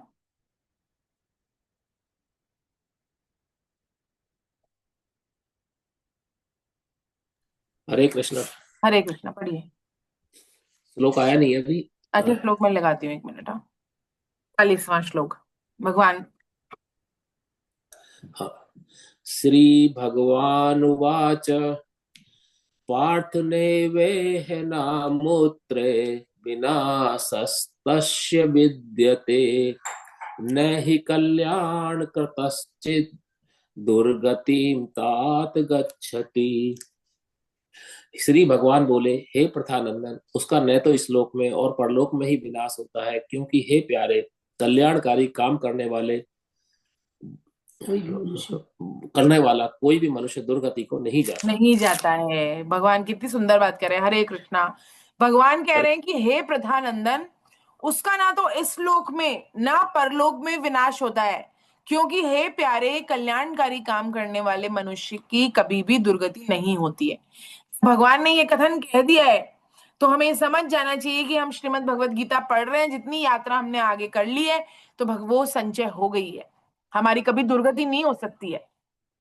क्यों? क्योंकि कल्याणकारी काम कर रहे हैं। ये निष्काम भाव से पढ़ना चाहिए। लेकिन कई लोग श्रीमद् भगवत गीता भी इसलिए पढ़ते हैं कि हाँ भाई कुछ अच्छा हो जाए संसार में, कुछ नौकरी लग जाए, कोई बात हो जाए, कुछ और का पाठ नहीं करा रहे हैं तो इसलिए यही करा लेते हैं। अच्छा है, वो भी कोई बुराई नहीं है उसमें, लेकिन निष्काम भाव से यदि किया जाए तो फिर वह दुर्गति को प्राप्त नहीं होता। सांसारिक सांसारिक वस्तु नहीं मांगता जो। तो कह रहे हैं कि किसी जिसको अंत समय में भगवान का स्मरण नहीं होता, उसका कहीं पतन तो नहीं हो जाता। इस बात को लेकर अर्जुन के मन में विशेष व्याकुलता है। अतः भगवान अर्जुन के प्रश्नों का उत्तर देते समय सबसे पहले इस व्याकुलता को दूर करते हैं। कहते हैं उसका ना तो इस जन्म में पतन होता है, ना मरने के बाद पतन होता है। जैसे भरत मुनि भारतवर्ष का राज्य त्याग करने के बाद एकांत में तप करने के लिए गए, वे एक हरिण के बच्चे को दया आ गई उनको उनको उसके ऊपर, और उसका पालन पोषण करने लग गए, उसमें आसक्त हो गए। अंत समय में उसको उनको यही स्मरण रहा कि कहीं अब मैं चला जाऊंगा तो इसका कौन ध्यान रखेगा। तो अगला जन्म उनका किसमें हुआ? क्योंकि अंतिम उसकी उनकी स्थिति किसमें थी? हरण में थी। तो उनकी जो हिरण का ही उनको जन्म मिला, और उनकी जो साधन पूंजी पूंजी थी वो हरण के जन्म के बाद में भी वैसे की वैसी बनी रही, नष्ट नहीं हुई। तो जब वह झुंड में नहीं रहते थे, झुंड से अलग रहते थे, सूखी घास खाते थे, हरी घास नहीं खाते थे, तो फिर वह इस कारण इस अवस्था से वो गिरे नहीं, और अगले जन्म में उनकी ज्ञानी ब्राह्मण के घर में जड़ भरत के रूप में उनका जो है वह उनका जन्म हुआ। और इस जन्म में जो जड़ भरत के रूप में उनका जन्म हुआ, उसमें उनका उद्धार हो गया। तो ये योग भ्रष्ट की स्थिति है कि पशु की योनि में भी उनका जन्म हुआ ना, क्योंकि अंतिम गति, भगवान कहते हैं अंतमति सो गति, जो मति होगी अंत में वही गति होगी। तो पशु में भी योनि में चले गए तो भी उनकी स्थिति से वह नीचे नहीं गिरे, अपितु उसके बाद में उनको जड़ भरत की जो है वह जन्म मिला, और उसके बाद उनका उद्धार हो गया, परमात्मा प्राप्ति हुई। तो उसकी दुर्गति नहीं होती है। कहने का तात्पर्य है कि जो मनुष्य सांसारिक भोगों और संग्रह में आसक्ति जिसकी नहीं होती है, वरन मेरी प्राप्ति में भगवान कहते हैं लगा हुआ है, वह चाहे जिस मार्ग से जाए उसकी कभी दुर्गति नहीं होती। क्यों? क्योंकि उसकी रक्षा तो मैं स्वयं करता हूं। और जाको राखे साइया मार सके ना कोई, है ना, बाल न बांका कर सके जो जग बैरी होए। तो मेरी दृष्टि तो प्राणी मात्र के हित में है, कह रहे हैं। और जो मनुष्य अपने हित में मेरी ओर चलता है वह मुझे बहुत ही प्यारा होता है, और क्योंकि वह वास्तव में मानने के लिए तैयार है कि वह मेरा अंश है। वही बच्चा ये मान ले कि मैं आपका ही हूं और माता के ऊपर आश्रित रहता है, तो माता अपने छोटे बच्चे की रक्षा भी करती है, पालन भी करती है, हित करती है। ऐसे ही उस साधक की रक्षा करता हुआ उस साधक की वृद्धि करता है भगवान, करते हैं, है ना, उसके साधन की वृद्धि करते हैं भगवान। तात्पर्य यह है कि जिसके भीतर एक बार साधन के संस्कार पड़ गए वे कभी नष्ट नहीं होते। जैसे बचपन में भी हम कहते हैं ना कि बच्चों को पढ़ाएं, बाद में जाके कई लोग कहते हैं कि हम बचपन में तो ये बहुत पढ़ता था रामायण गीता वगैरह, लेकिन अब इसका मन नहीं लगता गीता रामायण पढ़ने में। लेकिन जो उसकी जमा पूंजी बचपन में हुई है वो बीज कभी ना कभी पुष्पित होगा, पल्लवित होगा। तो इस बात से हमें चिंता नहीं करनी चाहिए। भगवान यहाँ कह रहे हैं कि जितना भी उसने किया ना वो सब ज्यों का त्यों रहता है, उसकी कभी दुर्गति नहीं होती, क्योंकि वो ये मानने के लिए तैयार हो गया है कि वो मेरा अंश है। ऐसे ही मैं उस साधक की रक्षा करता हूं और उसके साधन की वृद्धि करता हूं, है ना, ये कहते हैं भगवान। क्योंकि और भगवान ने कहा भी है 2.16 में, ना सतो विद्यते सत। तो सत होता है वह जो भगवान का, परमात्मा के लिए जो भी कार्य किया जाता है वो सत होता है, और सत का कभी अभाव नहीं होता है, ये कह रहे हैं। प्रकाश चंद्र गुप्ता सर, पढ़िए 41वां श्लोक। नहीं, मैं ये पूछ रहा था कि जैसे गीता जी के हमको बताए 5 श्लोक पढ़ने से, मतलब स्वामी जी कहते थे कि आपको मतलब मनुष्य जन्म तो मिलेगा ही। क्या ये सत्य है ना ये? देखिए, संत की वाणी है ना, भगवान की वाणी है। भगवान कहते हैं ना, भक्त मेरे शिरोमणि, मैं भक्तन को दास। तो जब भगवान ने कह दिया कि मेरा भक्त जो कह रहा है ना, भगवान ने कितनी बार ऐसा किया, अपना वचन तो जाने दिया उन्होंने, लेकिन अपने भक्त का वचन नहीं जाने दिया। तो स्वामी जी तो उनके भक्त हैं, ये सब तो हम मानते हैं ना। जी जी, हाँ, तो बिल्कुल। ये हम मानते हैं। तो जब स्वामी जी ने ये बात कही है तो भगवान उनके वचन को झूठा थोड़ी साबित करेंगे। और इससे हमारा फायदा क्या है? हालांकि ये भी संसारी बात ही है मानने के लिए, तो कि भाई हम चाह रहे हैं कि वापस मनुष्य योनि में हमारा, इसका मतलब नहीं, कामना है मतलब कम हमारे से अंदर। कम गिरेंगे तो नहीं ऐसे, हाँ, वही। कामना है, लेकिन मनुष्य, जैसे अब जड़ भरत की बात कर ले हम, तो जड़ भरत की वाली हाँ स्थिति तो बहुत ऊंची स्थिति है, लेकिन फिर भी उनको हिरण का जन्म मिला। तो उनका कुछ समय तो नष्ट हुआ ही ना हिरण बन के। लेकिन स्वामी जी ने क्या कह दिया, दिव्य पंच श्लोक रोज पढ़ेंगे तो जड़ भरत की तरह हिरण भी नहीं बनेंगे, डायरेक्ट हमको तो मनुष्य जन्म ही मिलेगा। तो इससे बढ़िया मनुष्य क्या जन्म बात मिले, हो मतलब सकती है? कल्याण। हम चाहते हैं कि इसी जन्म में कल्याण हो, इस जन्म हाँ, में भगवत प्राप्ति हो, वो ऐसी साधना हो। पर बिल्कुल अगर बाई मतलब नहीं होता है, जैसे अंतमति तो गति, तो ऐसा ये नियम, या 5 लोग हमको डेली पढ़ना है, डेली हमको, तो वो बिल्कुल। उससे और ये। इसका एक और विज्ञान है, स्मरण विज्ञान। तो स्मरण विज्ञान ये कहता है 8वें अध्याय में, और हम इसको विस्तार से पढ़ेंगे, कि जो चीज हम निरंतर रोज रोज रोज रोज पढ़ते हैं, बोलते हैं, तो वो हमारे मन में बहुत गहरी छाप छोड़ती है। और जब वो छोड़ती है ये गहरी छाप, इसका अर्थ क्या है? अंत समय में वही हमें याद आता है जो संस्कार हमारे पड़ जाते हैं। तो नित्य निरंतर हम जो श्लोक पढ़ रहे हैं, दिव्य पंच श्लोक पढ़ रहे हैं, भगवत गीता पढ़ रहे हैं, ये सबके संस्कार अंत समय में हमें भगवान की स्मृति करवाई देंगे, तो हमारी दुर्गति नहीं होगी, ये कहना चाह रहे हैं ना। हरे कृष्णा, हरे कृष्णा। बहुत सुंदर प्रश्न है आपका, हरे कृष्णा, प्रणाम आपको सर। 41वां श्लोक पढ़ेंगे। जी। अब योग भ्रष्ट 41। की दो स्थितियां हैं वो बता रहे हैं भगवान, है ना। हाँ। प्राप्य पुण्य कृताम लोका नुषित्वा शाश्वती समा शुचिनाम श्रीमताम गेहे योग भ्रष्टो विजायते। वह योग भ्रष्ट पुण्य कर्म करने वालों के लोगों को प्राप्त होकर के, और वहां बहुत वर्षों तक रहकर फिर यहाँ श्रद्धा ममता रहित श्रीमानों के घर में जन्म लेता है। हरे कृष्णा। क्या कहते हैं कि पहले तो वो जाता है, बहुत वर्षों तक वहां रहता है, कहाँ? पुण्य कर्म करने वाले लोग, कौन से? ब्रह्मलोक, स्वर्ग लोक, ये स्वर्ग आदि लोकों में उसका अधिकार हो जाता है, जो शास्त्रीय विधि से कर्म करते हैं उनका। तो शास्त्रीय विधि से कर्म करने का अर्थ क्या है? कोई जो भी शास्त्रों में लिखा है, हमारे जो है क्या कहते हैं, पुराण है, ये इन सब में जो भी लिखा है, वह वेद है, इन सब में जो भी लिखा है वो सबके अनुसार कार्य करता है। गीता में लिखा है, रामायण में लिखा है। तो जो लोग शास्त्रीय विधि से कर्म करते हैं उनका स्वर्ग आदि लोकों पर अधिकार हो जाता है, इसलिए उन लोगों को पुण्य कर्म करने वाले लोग का लोक कहा गया है। परंतु जिन पुण्य कर्म करने वालों को फल स्वरूप में सुख भोगने की इच्छा नहीं है, भाई दो तरह के होते हैं ना स्वर्ग प्राप्ति भी, सकाम कर्मियों को भी स्वर्ग की प्राप्ति होती है, और निष्काम कर्मियों को भी हो सकती है, भगवान यहाँ पर जो कह रहे हैं। पुण्य कर्म करने वालों को फलस्वरूप सुख भोगने की इच्छा नहीं है, तो उनको ये स्वर्ग आदि लोग बिना प्रार्थना के मुफ्त में ही मिल जाते हैं, क्योंकि उन्होंने शास्त्र विधि से काम किए और फलस्वरूप उनको सुख भोगने की इच्छा नहीं है, तो उनको बिना प्रार्थना किए मुफ्त में ही यह स्वर्ग आदि लोग मिल जाते हैं। क्योंकि अंत में उनको कुछ ऐसी स्थिति के कुछ ऐसी बात हुई जिसकी वजह से उनको भगवान याद नहीं आया और कुछ और याद आ गया। तो लेकिन उन्होंने संसार जो पूरे जीवन पर्यंत साधन किया वो निष्काम भाव से किया, उनको फल स्वरूप में सुख भोगने की इच्छा नहीं थी, तो इसलिए उनको स्वर्ग आदि लोग प्राप्त तो हो गए और वहां रहने पर भी उनकी भोगों में अरुचि रही। नहीं तो स्वर्ग आदि लोकों में कैसी स्थिति रहती है सबकी, भोग भोगे भोग भोगे भोग भोगे। तो हम सबकी जिसकी जिसकी बहुत ज्यादा भोग भोगने की इच्छा है ना, वो स्वर्गवासी है, मतलब वो स्वर्ग में वास करके आ चुका है। तो जब स्वर्ग में वास आकर के आ चुका है तो उसकी आदत पड़ गई है, स्वर्ग में रहकर आया है तो उसकी आदत पड़ गई भोगों की। फॉर एग्जाम्पल, अगर अपन 5 स्टार में रहते हो, खूब लग्जूरियस घर हो, उसके बाद एकदम साधारण घर में जब पंखा चलता हो, एसी वेसी कुछ नहीं हो, वहां छोड़ दिया जाए तो हमारा मन लगेगा क्या वहां पर? हमको कितना कष्ट होगा।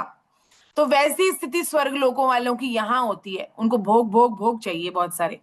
तो लेकिन ये जो योग भ्रष्ट की स्थिति बताई है भगवान ने, वो वैसे वाले नहीं होते, उनको सुख भोगने की लालसा नहीं होती, वहां रहने पर भी उनकी भोगों में रुचि नहीं रहती है। स्वर्ग लोक में भी रहकर, ब्रह्म लोक में भी, स्वर्ग आदि लोकों में रहकर भी उनकी रुचि नहीं होती है भोगों में, क्योंकि उनका उद्देश्य भोग भोगने का कभी था ही नहीं। वे तो केवल सांसारिक सूक्ष्म वासना के कारण उन लोगों में आ जाते हैं। तो स्वर्ग आदि ऊंचे लोगों में भी यज्ञ आदि शुभ कर्म करने वाले भी जाते हैं और योग भ्रष्ट भी जाते हैं। जो कोई मान लेते हैं कुआं बना रहा है, तालाब बना रहा है, कोई और प्याऊ लगवा रहा है, हॉस्पिटल बनवा रहा है, कोई और दूसरे अच्छे अच्छे काम कर रहा है, लेकिन उसके बदले में वो क्या चाहता है, हे भगवान मुझे स्वर्ग मिल जाए, अभी तो मैं ऐशो आराम करूं और जब मैं मृत्यु को प्राप्त हूं तो मुझे स्वर्ग मिल जाए, ऐसा मांगता है वो। तो वो लोग भी जाते हैं उसमें, और ये योग भ्रष्ट भी जाते हैं जो निष्काम होते हैं। तो पुण्य कर्म करने वाले जब जाते हैं तो भोग के उद्देश्य से स्वर्ग जाते हैं कि यहाँ पर तो भोगे ही और ऊपर जाके भी भोगे, तो वो वहां पर जाते हैं तो उनके पुण्य रूपी मुद्रा खर्च होती है और उनके जो पुण्य है वो क्षीण हो जाते हैं और उन्हें वापस मृत्यु लोक में आना पड़ता है। अतः वे एक सीमित अवधि के लिए वहां रहते हैं, लेकिन योग भ्रष्ट का जो उद्देश्य है वो भोग भोगने का नहीं होता, वह किसी सूक्ष्म वासना के कारण स्वर्ग में चला जाता है। वहां पर उसकी साधन संपत्ति क्षीण नहीं होती, इसलिए वहां बहुत वर्षों तक रहता है, भगवान कह रहे हैं यहाँ पर। और वह योग भ्रष्ट लौटकर मृत्यु लोक में यानी कि संसार में वापस आ जाता है, पृथ्वी लोक में, और फिर शुद्ध श्रीमानों के घर में जन्म लेता है। शुद्ध श्रीमान कौन? जिनके यहाँ पूजा पाठ होते हैं, जिनके यहाँ गीता रामायण पढ़ी जाती है, ताकि उनको पूर्व संस्कार जो मिले उसको विपरीत नहीं मिले। मान लो किसी का किसी ऐसे जगह पर हो जाए, म्लेच्छों के घर में जन्म हो जाए, तो वहां पर वो गीता रामायण पढ़ने के संस्कार होंगे होंगे तो पढ़ पाएगा क्या? तो ऐसे घर में जन्म नहीं देते भगवान। यदि हम किसी ऐसे कुल में जन्मे हैं जहां पर हमको आराम से गीता रामायण पढ़ने दिया जा रहा है, इसका अर्थ क्या है? भगवान की विशेष कृपा है हम पर, और पूर्व जन्म में हमने भगवान का कुछ ना कुछ साधन किया होगा, हम भगवान की ओर चले होंगे, इसलिए भगवान ने हमें वो साधन सामग्री दी यहाँ पर। और नहीं तो ऐसे लोगों के ऐसे देश में भी जन्म दे सकते थे भगवान, जहां पर हम गीता रामायण का नाम नहीं ले सकते, गीता रामायण पढ़ना भी, उसको रखना भी जुर्म माना जाता है। तो ठाकुर जी की विशेष कृपा है, इसको हम देखे नहीं चाहे, लेकिन ये अगर नहीं देखे तो हमारा ही इसमें नुकसान है, भगवान का कोई नुकसान नहीं है इसमें, है ना। हरे कृष्णा। आप पढ़िए अगला श्लोक। जी। हाँ सर, 42 और 43। हरे कृष्ण। हरे कृष्ण सर। अथवा योगिनामेव कुले भवति धीमताम् एतद्धि दुर्लभतरं लोके जन्म यदीदृशम् तत्र तं बुद्धि संयोगं लभते पौर्वदेहिकम् यतते च ततो भूयः संसिद्धौ कुरु नंदन। अथवा वैराग्यवान योग भ्रष्ट ज्ञानवान योगियों के कुल में ही जन्म लेता है। इस प्रकार का जो ये जन्म है, ये संसार में निसंदेह बहुत ही दुर्लभ है। हे हरे कुरुनंदन। कृष्णा। हरे कृष्ण। 43 वाला भी पढ़ लीजिए, हाँ, इसका भावार्थ। वहां पर उसको पहले मनुष्य जन्म की साधन संपत्ति अथवा अनायास ही प्राप्त होती है। अनायास ही प्राप्त हो जाती है, फिर उससे वह साधन की सिद्धि के विषय में वो दब गया उसके नीचे, आपके फोटो के नीचे अच्छा, फोटो के नीचे आ रहा है कि एक पुनः विशेषता से यत्न करता है। अच्छा, हरे कृष्ण हरे कृष्ण हरे कृष्ण। क्या कह रहे हैं कि अथवा मतलब पहले वाले तो हमने पढ़ लिया कि वो शुद्ध श्रीमानों के घर में जन्म लेता है पहले कई वर्षों तक, बहुत वर्षों तक तो वो वहां रहता है स्वर्ग आदि लोकों में, वहां पे भी भोग भोगने में उसकी रुचि नहीं रहती, और शुद्ध श्रीमानों के घर में उसके बाद जन्म लेता है जहाँ पे गीता रामायण पढ़ी जाती है, भगवान का नाम लिया जाता है, ऐसी जगह जन्म लेता है, तो बड़ा भाग्यशाली है। उस और इसके अलावा भी दूसरा हो सकता है, कौन?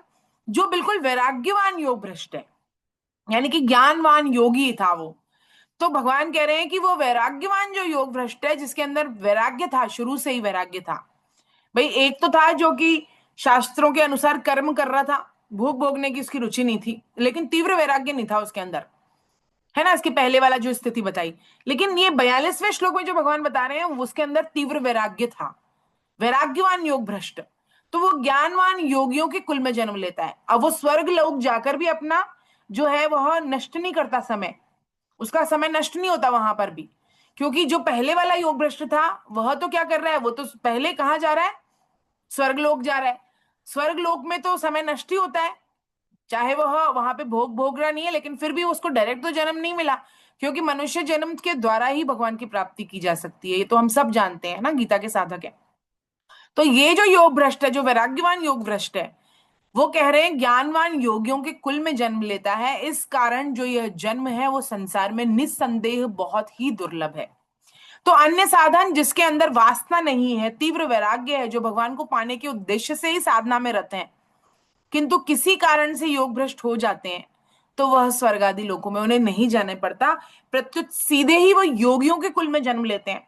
जैसे कोई भाई जी के परिवार में जन्मा हो, सेठ जी के परिवार में जन्मा हो, गीता प्रेस का वंशज हो, गीता प्रेस के संस्थापक का, हालांकि वो अपने आप को बताते नहीं है कि हम हैं, हम जानते भी नहीं होंगे नाम उनके, और दिख भी जाए तो हम पहचानेंगे नहीं, क्योंकि वो सोशल मीडिया और इस जगह पे अपने फोटो वोटो नहीं लगा रहे हैं। क्यों? क्योंकि उनका जन्म ऐसे साधन ऐसी जगह पर हुआ है, योग भ्रष्ट रहे होंगे पिछले जन्म में, तभी तो उनका जन्म सीधे योगियों के कुल में हुआ है। और मनुष्य जन्म तो दुर्लभ बताया गया, लेकिन यह जो मनुष्य जन्म है, जो महापुरुषों का संग मिल जाए मनुष्य जन्म में, संतों का संग मिल जाए, योगियों का संग मिल जाए, वह मिलना और भी दुर्लभ है। कारण कि पहले तो उनका संग मिलना ही कठिन है, और यदि मिल भी जाए तो उन्हें पहचानना कठिन है। कई बार क्या होता है कि बहुत संत हृदय लोग हमारे साथ होते हैं, लेकिन फिर भी हम अपनी दृष्टि, जो हमारी निंदा करने की है हमारी दृष्टि, उसके कारण हम अपना पतन करा लेते हैं और उनको पहचान नहीं पाते, है ना। तो उनको पहचानना कठिन है, लेकिन उनका उनका उनके घरों में जन्म ही मिल जाए किसी को, तो इससे बड़ी स्थिति हो नहीं सकती। तो ये योग भ्रष्ट की दो स्थितियां हैं, ये पूछी जाती है परीक्षा में भी। पहली स्थिति है जहां पर वह ऊंचे पुण्य वाले लोकों में जाता है, और उसके बाद कहाँ जन्म लेता है, श्रीमानों के, शुद्ध श्रीमानों के घर में जन्म लेता है, जहां पे वेद पाठ इत्यादि किए जाते हैं। और दूसरा जो है वैराग्यवान योग भ्रष्ट है, वो सीधे ही योगियों के घर में जन्म लेता है, और यह जन्म है वो अति दुर्लभ है, बहुत ही दुर्लभ है, निसंदेह बहुत दुर्लभ है, भगवान ऐसा कहते हैं। और भगवान क्या कहते हैं, हे कुरुनंदन, वहां पर उसको पहले मनुष्य जन्म की साधन संपत्ति अनायास ही प्राप्त हो जाती है, फिर उससे वह साधन की सिद्धि के विषय में पुनः विशेषता से यत्न करता है। तो जो उसकी स्थिति थी पहले, वो तो उसको अनायास वैसे ही प्राप्त हो गई। भाई कोई अगर सेठ जी के घर में कुटुंब में जन्मा होगा, उसको तो अनायास प्राप्त हुई है ना सारी, मैं एक उदाहरण दे रही हूँ। ऐसे और बहुत सारे संत हैं, योगी हैं, जिनके कुटुंब में यदि कोई जन्म लेता है, गृहस्थ संत हैं जो, तो उनके घर में यदि कोई जन्म लेता है तो उसको साधन सामग्री पुराने जन्म की तो अनायास प्राप्त हो ही गई, और फिर वह साधन की सिद्धि के लिए विशेष विषय में पुनः विशेषता से यत्न करने लग जाता है। तो ऐसे साधक का जन्म सीधे योगी कुल में होता है, वहां अनायास ही पूर्व जन्म की साधन सामग्री मिल जाती है। जैसे किसी को चलते चलते नींद आ जाए, किनारे पे सो जाए, तो वो उठ गया है, जो तय किया हुआ रास्ता है उसे वहीं से मिल जाएगा। जैसे अभी हमने बद्रीनाथ की यात्रा के बारे में बात की कि बद्रीनाथ की यात्रा जयपुर से प्रारंभ की, ऋषिकेश में सो गए किसी धर्मशाला लेकर, और सुबह उठे तो वापस ऋषिकेश से ही यात्रा प्रारंभ करनी है। तो इसी तरह पूर्व जन्म में जितने अच्छे संस्कार पड़ चुके हैं वे सभी इस जन्म में प्राप्त हो जाते हैं। इसलिए हमें निष्काम भाव से निरंतर भगवान की ओर चलना चाहिए, ताकि हमारी स्थिति कम से कम ऐसी तो हो, है ना। हमारा यत्न तो यही होना चाहिए कि इसी जन्म में भगवत प्राप्ति हो जाए, कि अंत समय में भगवान ही याद आए। अंत समय में भगवान याद आए उसका साइंस यही है कि हर जन्म हर समय में भगवान याद आए हमको। जब हर समय में हमें भगवान याद आएंगे तो अंत समय में भी भगवान जरूर याद आएंगे। और नहीं तो स्वामी जी कठोर भाषा में कहते हैं, कभी कुतिया के गर्भ में जाएंगे, कभी ये सुअरनी की गर्भ में जाएंगे, और अनेक अनेक गर्भों में जा जाके दुख पाएंगे, घोर दुख पाएंगे, और फिर बार बार जन्म लेंगे, और फिर पता नहीं कब भगवान की करुणा कृपा घटे कि हमको मनुष्य जन्म मिले और भगवान की प्राप्ति हो। तो इन सब गर्भों से छुटकारा पाने के लिए हमको ये करना चाहिए कि निरंतर निरंतर भगवान का ध्यान किया जाए, भगवान का नाम लिया जाए, कुछ भी काम करते समय भगवान विशेष रूप से हमें याद रहे। हरे कृष्णा।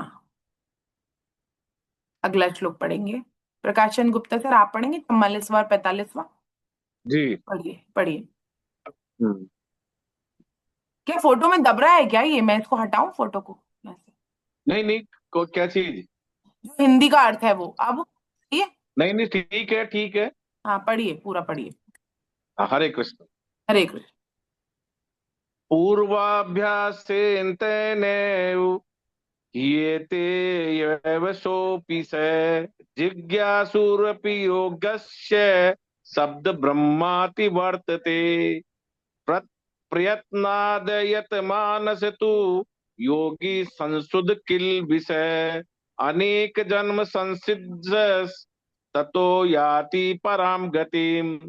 वह श्रीमानों के घर में जन्म लेने वाला योग भ्रष्ट मनुष्य भोगों के परवश होता हुआ भी उस पहले मनुष्य जन्म में किए हुए अभ्यास साधन के कारण परमात्मा की तरफ खिंच जाता है। क्योंकि योग समता का, जिज्ञासु भी वेदों में कहे गए सकाम कर्मों का अतिक्रमण कर जाता है। परंतु जो योगी प्रयत्न पूर्वक यत्न करता है और जिसके पाप नष्ट हो गए हैं तथा जो अनेक जन्मों से सिद्ध हुआ है, वह योगी फिर परम गति को प्राप्त हो जाता है। हरे कृष्णा। बहुत सुंदर। देखिए अब क्या कह रहे हैं कि वह श्रीमानों के घर में जन्म लेने वाला योग भ्रष्ट मनुष्य, पहले वाली जो स्थिति बताई भगवान ने, है ना, जो 42वें श्लोक में बताई, तो कह रहे हैं कि वह भोगों के परवश होता हुआ भी उस पहले मनुष्य जन्म में किए हुए अभ्यास या साधन के कारण परमात्मा की तरफ खिंच जाता है।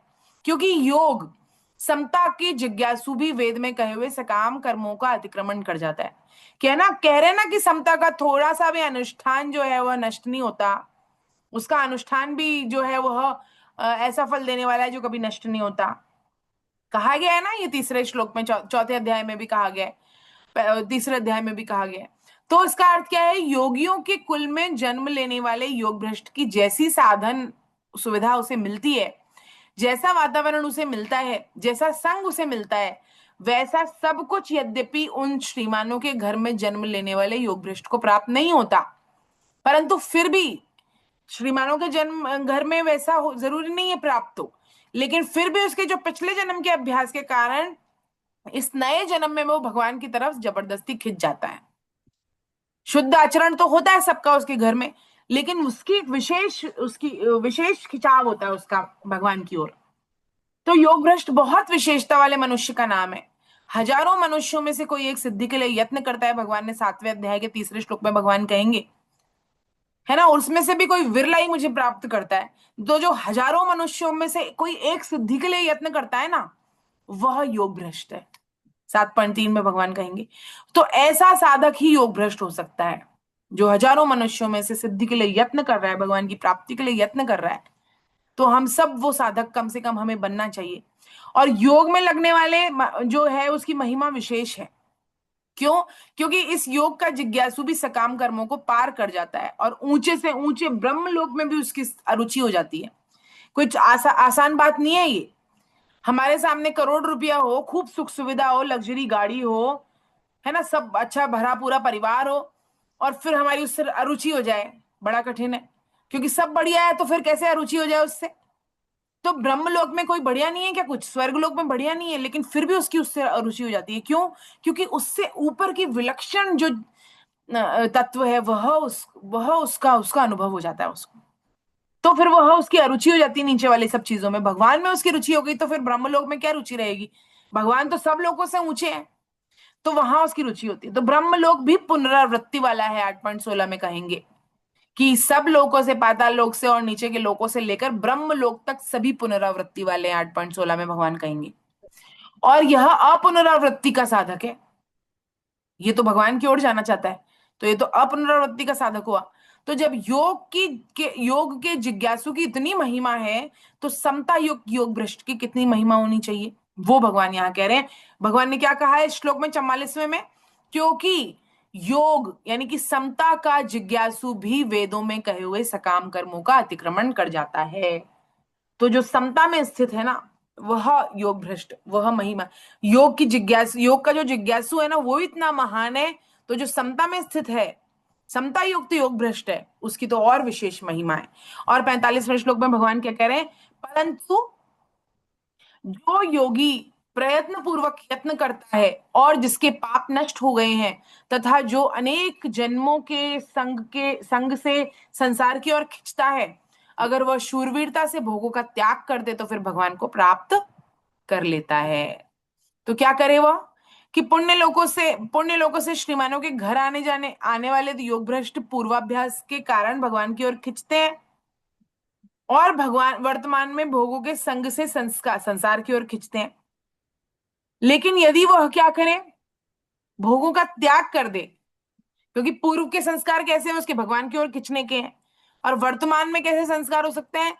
वर्तमान में भोगों का संग होगा तो संसार की ओर खींचेगा। लेकिन यदि वह शूरवीरता दिखाए, क्योंकि इसके लिए बहुत हिम्मत चाहिए संसार के भोगों का त्याग करने के लिए, तो इसलिए कह रहे हैं कि शूरवीरता से भोगों का त्याग कर दे तो वो भगवान को प्राप्त करता है। 45वां श्लोक जो है वो बहुत महत्वपूर्ण है। क्यों? क्योंकि भगवान कह रहे हैं कि अंत समय में भी यदि कोई सूक्ष्म कामना या अन्य कोई कारण से विचलन होने पर योग भ्रष्ट की जिस महिमा का वर्णन जो है भगवान श्री कृष्ण करते हैं, वो आश्चर्यजनक है। लेकिन यह सत्य है। क्यों? क्योंकि भगवान के साथ जो संबंध माना जाता है वह सत्य ही होता है। भगवान के लिए जो कर्म किए जाते हैं वे भी सत्य होते हैं। तो योग भ्रष्ट कोई साधारण योगी नहीं है। हजारों मनुष्यों में से कोई जो यत्न करता है वह योग भ्रष्ट है ना। तो यदि योग भ्रष्ट की ऐसी महिमा है, तो निष्काम योगी की कैसी महिमा होगी? इसलिए भगवान हम निष्काम योगी बनने की आज्ञा देते हैं। अर्जुन को 46वें श्लोक में ओम प्रकाश सर पढ़ेंगे। हरे कृष्णा। 46वां श्लोक। जी। तपस्विभ्योऽधिको योगी ज्ञानिभ्योऽपि मतोऽधिकः कर्मिभ्यश्चाधिको योगी तस्मात् योगी भवार्जुन। सकाम भाव वाले तपस्वियों से भी योगी श्रेष्ठ है। सकाम होना चाहिए। सकाम भाव वाले तपस्वियों से भी योगी श्रेष्ठ है, ज्ञानियों से भी योगी श्रेष्ठ है, और कर्मियों से भी योगी श्रेष्ठ है। ऐसा मेरा मत है। अतः अर्जुन तू योगी हो जा। हरे कृष्ण। हरे कृष्णा। हरे कृष्णा। भगवान कह रहे हैं सकाम भाव वाले तपस्वियों से भी योगी श्रेष्ठ है, और ज्ञानियों से भी योगी श्रेष्ठ है, और कर्मियों से भी योगी श्रेष्ठ है। तो ये कौन से हैं योगी, तपस्वी और ज्ञानी? देखिए, सकाम भाव वाले तपस्वी तो तप करते हैं, बहुत सारे लोग तप करते हैं, लेकिन कैसे तपस्वी? जो रिद्धि सिद्धि प्राप्त करने के लिए तप करते हैं। भाई, तप करने वाले ऐसे भी होते हैं जो हठ योग करते हैं और तप करते हैं, और उसके बाद उनको लगता है कि हल्के से हल्का हो जाऊं, भारी से भारी हो जाऊं, या कोई रिद्धि सिद्धि प्राप्त हो, भूख प्यास सहन करते हैं, तप करते हैं, क्योंकि उनको सिद्धि प्राप्त करनी है, कोई रिद्धि प्राप्त करनी है संसार में। तो ऐसे सकाम भाव वाले तपस्वियों से कौन श्रेष्ठ है? योगी श्रेष्ठ है, जो भगवान के लिए प्रयत्न करता है, भगवान की प्राप्ति करने के लिए जिज्ञासु है वह। और ज्ञानियों से भी योगी श्रेष्ठ है। कौन से ज्ञानी? ज्ञान योगी नहीं कहा भगवान ने यहां पर। भगवान ने क्या कहा? ज्ञानियों से। तो ज्ञानी कौन? जो मान बढ़ाई के लिए ज्ञान प्राप्त करते हैं, कि मुझे गीता के सारे श्लोक रट गए, अब मैं सब जगह सुनाऊं और वाहवाही लूटूं, है ना। या फिर हमें बहुत शास्त्रों का ज्ञान है, तो शास्त्रार्थ कर रहे हैं सबसे, और अपना ज्ञान सिद्ध कर रहे हैं ताकि सब जगह हमारी मान बढ़ाई हो। तो ये कैसे ज्ञानी?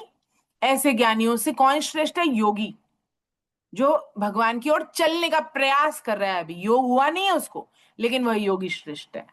और कर्मियों से भी योगी श्रेष्ठ है। कर्मी कौन? भाई कर्म तो हम सब कर रहे हैं, लेकिन कर्म किस भाव से कर रहा है? कोई मतलब जो कर्म है वह शास्त्रार्थ है, लेकिन भाव क्या है? प्याऊ लगवाया, कोई कुआं लगवाया, कोई मतलब तीर्थ किया, दान किया, तो किस भाव से किया? सकाम भाव से। उसके बदले में कुछ चाहिए संसार का। ऐसे कर्मियों से भी योगी श्रेष्ठ है। भगवान कह रहे हैं ऐसा मेरा मत है। तो जब भगवान कहते हैं ऐसा मेरा मत है, तो इसका मतलब यह क्या है? ये सबसे बड़ा, मतलब वो तो मत ही कह रहे हैं भगवान, भगवान तो जेनरोसिटी से इसको मत कहते हैं, लेकिन ये क्या है? यह सबसे बड़ा भगवान का स्टेटमेंट है और ये मान्य है पूरी तरह से, है ना। ऐसा मेरा मत है, इसलिए अर्जुन तू योगी हो जा। भगवान कह रहे हैं उसको कि तू योगी हो जा। तू ना तो कोई तपस्वी बन, ना कोई ज्ञानी बनने की चेष्टा कर, ना कोई कर्मी बनने की चेष्टा बन, तू तो योगी हो जा, तू निष्काम हो जा। इसका अर्थ ये है, अर्जुन से कह रहे निष्काम हो जा तू। निष्कामता जो है वो गीता का बीज है। निष्कामता और परमात्मा प्राप्ति का उद्देश्य ही मुख्य बात है, सबसे ऊंची बात है वो। निष्कामता हो हमारे अंदर और हम परमात्मा प्राप्ति करना चाहें, ये सबसे ऊंची बात है। और रिद्धि सिद्धि आदि पाने के लिए जो भूख प्यास सर्दी गर्मी आदि को सहते हैं, वो कौन है? तपस्वी हैं। इन सब से कौन श्रेष्ठ है? इन तपस्वियों से, ज्ञानियों से, कर्मियों से योगी श्रेष्ठ है ना। तो जप तप यज्ञ आदि सब, जो इंद्रपद ब्रह्मलोक आदि, इनसे तो मिल सकता है सब चीजों से, लेकिन इन सब के बदले में भगवत प्राप्ति नहीं हो सकती और भगवत भक्ति भी नहीं होती इससे। कहीं भी पहुंच जाए वापस गिरना पड़ेगा। फिर ब्रह्मलोक तक सभी पुनरावृत्ति वाले हैं, भगवान कहते हैं। तो इस श्लोक से स्पष्ट है कि जप तप ज्ञान स्वाध्याय आदि सत्कर्म भी सकाम भाव से किए जाएं तो बंधनकारी होंगे। बहुत गहरी बात है, सूक्ष्म बात है ये, कि हम सोच रहे हैं हम बहुत बढ़िया काम कर रहे हैं, जो शास्त्रों में लिखे हैं वही काम कर रहे हैं, लेकिन यदि वो सकाम भाव से किए जाएं तो बंधन में डालेंगे वो हमें। बंधन में डालेंगे, इसका अर्थ क्या है? पुनरावृत्ति। ब्रह्मलोक तक भी दे सकते हैं वो, लेकिन पुनरावृत्ति वाला है ब्रह्मलोक। लेकिन यदि निष्काम भाव से काम किया जाए, छोटे से छोटा भी काम किया जाए, समता की महिमा हम पढ़ी है ना हमने, अगर छोटे से छोटा भी कोई कार्य किया जाए और परमात्मा प्राप्ति कराने वाला हो जाता है वही काम, छोटे से छोटा काम भी। पता नहीं कौन सी बात से हरि रीझ जाए, है ना। तो श्री रघुपति चरणों में भक्ति हो जाने पे फिर पुनरावृत्ति नहीं होती है। श्री सूत जी कहते हैं कि भली प्रकार से अनुष्ठान किया हो धर्म भी यदि भगवान की कथा में प्रेम उत्पन्न ना कर सके तो वो केवल श्रम मात्र है। श्री भगवान की कथा में प्रेम और भगवान में प्रेम, श्री भगवान में प्रेम दोनों एक ही बात है ना। कथा में प्रभु चरणों में प्रेम की वृद्धि होती है, क्योंकि कथा करते हैं हम, कथा सुनते हैं, भगवान की लीलाएं सुनते हैं, कथा सुनते हैं, गीता पढ़ते हैं, भागवत पढ़ते हैं। इससे क्या होता है? भगवान से प्रेम में वृद्धि होती है। इसलिए कथा भी एक ही बात है और भगवान भी एक ही बात है। श्री भगवान से प्रेम करना या श्री भगवान की कथा से प्रेम करना एक ही बात है ना। अब भगवान कह रहे हैं, पिछले श्लोकों में भगवान ने अर्जुन को निष्काम योगी बनने की आज्ञा दी, है ना। भगवान बहुत कम जगह में गीता में स्पष्ट आज्ञा देते हैं। यहां भगवान ने अर्जुन को स्पष्ट आज्ञा दी, तू योगी हो जा, युद्ध के लिए खड़ा हो जा, है ना। ऐसा कहा भगवान ने पहले भी। इसका मतलब स्पष्ट आज्ञा बहुत कम जगह पे भगवान ने दी है। अधिकांश विस्तार से वर्णन करने के बाद निर्णय हमारे ऊपर छोड़ देते हैं, निर्णय अर्जुन के ऊपर छोड़ देते हैं भगवान। अंत में भी 18वें अध्याय में भी भगवान अर्जुन के ऊपर छोड़ देंगे। तब अर्जुन तड़प जाएगा कि नहीं भगवान, अब तो अब करिष्ये वचनम तव, जो आप कहेंगे वही मैं करूंगा। यहाँ भगवान जीवों पर कृपा दृष्टि कर बड़े रहस्य की बात बता रहे हैं। निष्काम योगियों में भी भक्ति योगी सबसे श्रेष्ठ है। अंतिम श्लोक 47वां पढ़िए सर। ओम प्रकाश गुप्ता सर आप पढ़िए। अच्छा आप म्यूट नहीं, म्यूट है क्या? अच्छा एक मिनट रुकिए, हाँ आप पढ़िए, अब अनम्यूट करिए एक बार।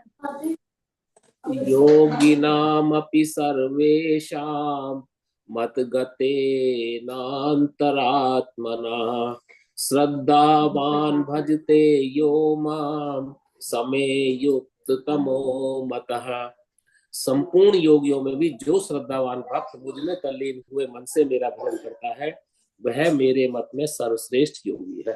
हरे हरे कृष्णा, कृष्ण। बहुत सुंदर। भगवान ने भक्ति योगी के बारे में, क्यों? क्योंकि हम नींव डाल रहे हैं ना भगवान। भक्ति योग के शतक का प्रारंभ होने वाला है, 7वां अध्याय प्रारंभ होने वाला है। तो भगवान क्या कह रहे हैं यहाँ पर? भगवान कह रहे हैं संपूर्ण योगियों में जो श्रद्धावान भक्त है, वह मुझ में तल्लीन हुए मन से मेरा भजन करता है, वह मेरे मत में सर्वश्रेष्ठ योगी है। तो भगवान ने यहाँ पर श्रद्धा और विश्वास की बहुत महिमा बता दी। तो भगवान उनके ऋणी हो जाते हैं। क्यों हो जाते हैं? क्योंकि उन्होंने देखा नहीं है भगवान को, अभी भी भक्त हैं, भगवान की ओर चल रहे हैं, भगवान की प्राप्ति करना चाहते हैं, लेकिन भगवान को देखा नहीं अब तक, भगवान को जाना नहीं है, भगवान के तत्व का कोई अनुभव नहीं किया, लेकिन फिर भी भगवान की बातों में, भगवान के शास्त्रों में, भगवान की वाणी में श्रद्धा कर कर और उस ओर चलते जा रहे हैं। हम भी उनमें से है ना। तो भगवान कह रहे हैं कि वह बिना भगवान को बिना देखे उनके मार्ग में चलते हैं, तो भगवान उनके ऋणी हो जाते हैं। वह मेरे मत में सर्वश्रेष्ठ योगी है ना। जैसे कि अंगद है, तो अंगद कहाँ गए? भगवान श्री राम के आज्ञा पालन करके और गए लंका। और लंका जाने के बाद में अंगद ने अपना, जब उनकी बात हुई, चर्चा हुई, वहां पर वार्तालाप हुआ, तो अंत में अंगद ने अपना पैर जमा दिया वहां पर।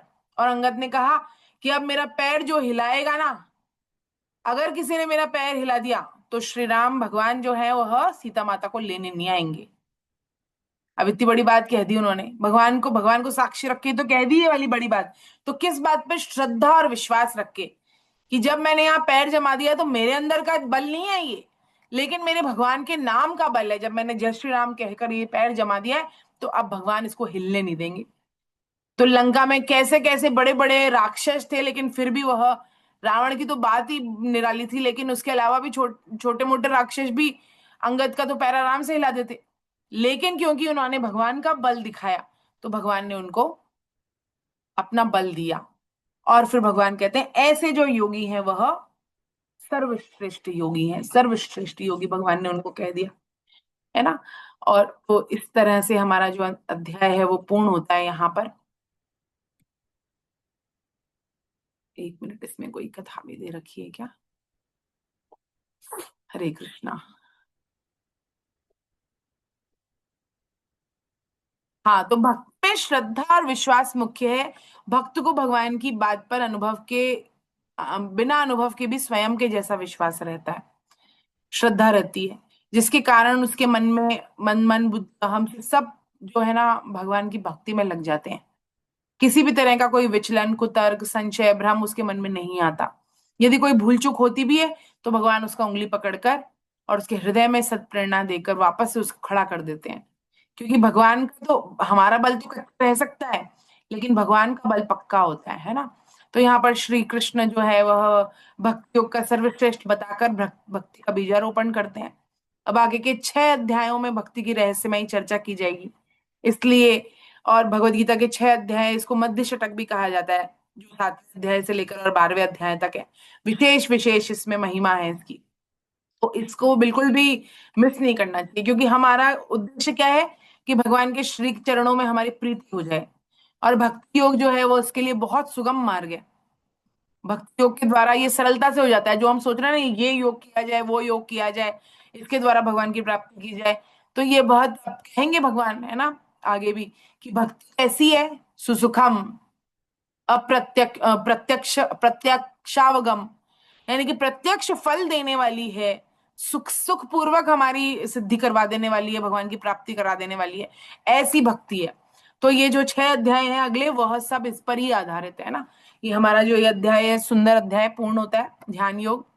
ओम तत्सदिति श्रीमद्भगवद्गीता सुपनिषत्सु ब्रह्म विद्यायां योग शास्त्रे श्री कृष्णार्जुन संवादे आत्मसंयम योगो नाम ध्यान योगो नाम षष्ठोऽध्यायः। हरये नमः, हरये नमः, हरये नमः। श्री कृष्णार्पणमस्तु। हरे कृष्ण कृष्ण कृष्ण हरे हरे, हरे राम राम राम हरे हरे, हरे कृष्ण कृष्ण कृष्ण हरे हरे, हरे राम राम हरे हरे।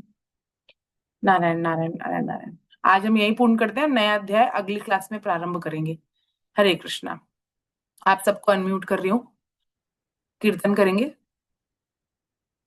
गोविंद जय जय गोपाल जय जय गोविंद जय जय गोपाल जय जय राधा रमण हरि गोविंद जय जय राधा रमण हरि गोविंद जय जय गोविंद जय जय मेरो गोपाल जय जय गोविंद जय जय गोपाल जय जय राधा रमण हरि गोविंद जय जय राधा रमण हरि गोविंद जय जय राधा रमण हरि गोविंद जय जय राधा रमण हरि गोविंद जय जय नाम संकीर्तनम यस्य नाम संकीर्तन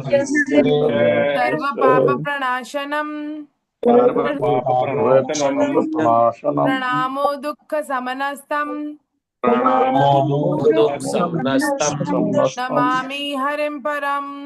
नमामि हरि परम बोलो वृंदावन बिहारी लाल की, बोलो बांके बिहारी लाल की, बोलो अर्जुन के सखा भगवान श्री कृष्ण की, बोलो मीरा के गिरधर नागर की, बोलो भानुसुता राधा रानी की, बोलो जनक नंदिनी सीता मैया की, बोलो मर्यादा पुरुषोत्तम भगवान श्री राम की, जय हो बोलो चक्र चूड़ामणि वेद व्यास जी महाराज की, जय हो बोलो साधक संजीवनी की, जय हो श्रीमद् भगवत गीता की, श्रीमद् भागवतम की, सब वेद पुराणों की, जय हो गौ माता की, जय हो धरती माता की, जय हो सब संतों की, जय हो सब भक्तों की, जय हो अनंत कोटि वैष्णव वृंद की, जय हो आज के आनंद की जय हो। हरि बोल हरि बोल हरि बोल। जय जय श्री राधे श्याम।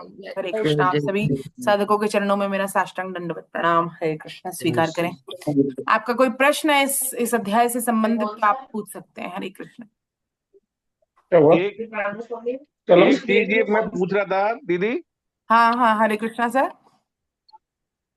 कि ये योग भ्रष्ट शब्द ऐसा लगता है ना थोड़ा सा कि भाई जो योग से भ्रष्ट मतलब ये बड़ा ऐसा लगता है इसको सुन करके कि भाई अब भगवान ने ये शब्द कहा है, इस पर तो हम कोई टिप्पणी नहीं कर सकते, लेकिन इसमें योग मुख्य है ना, भ्रष्ट जो है वो मुख्य नहीं है। जी तो हमारी जो दृष्टि है वो भ्रष्ट पर जाती है, तब हमें अजीब लगता है। लेकिन योग पर जाए ना, जो योग प्राप्त करते करते थोड़ा सा कुछ हो गया कि विचलित हो गया उससे, ऐसा हुआ है, वो स्थिति है योग भ्रष्ट की। तो ये बहुत ऊंची स्थिति है। योग भ्रष्ट होना कोई आसान काम नहीं है। जो बड़े बड़े संत हुए हैं, बड़े बड़े जिन्होंने स्वामी जी जैसे भी, वो भी पूर्व जन्म में योग भ्रष्ट हुए होंगे, तभी तो उनको ऐसी स्थिति मिली जहां पर वो हमारा कल्याण करवा पा रहे हैं, या हमारे लिए कल्याण का मार्ग इतना बड़ा उन्होंने साधक संजीवनी जैसा दे दिया कि अगले मतलब जब से वह थे तब से लेकर 100 वर्षों तक तो हिल नहीं पाएगा कोई। साधक संजीवनी का लोहा मान रहे हैं सब। उसके बाद शास्त्र रहे, वो हम पर निर्भर करता है अगली पीढ़ी पर कि कितने समय तक हम इसको रखना चाहते हैं, है ना। तो हम इसका विस्तार करें, प्रचार करें इसका। तो योग भ्रष्ट बहुत ऊंची स्थिति है। हरे कृष्णा। पहली बार हमने सुना था तो हमारा भी यही प्रश्न था। तायल सर से प्रश्न किया था, ये योग भ्रष्ट क्यों कहा भगवान ने, कुछ और कह देते।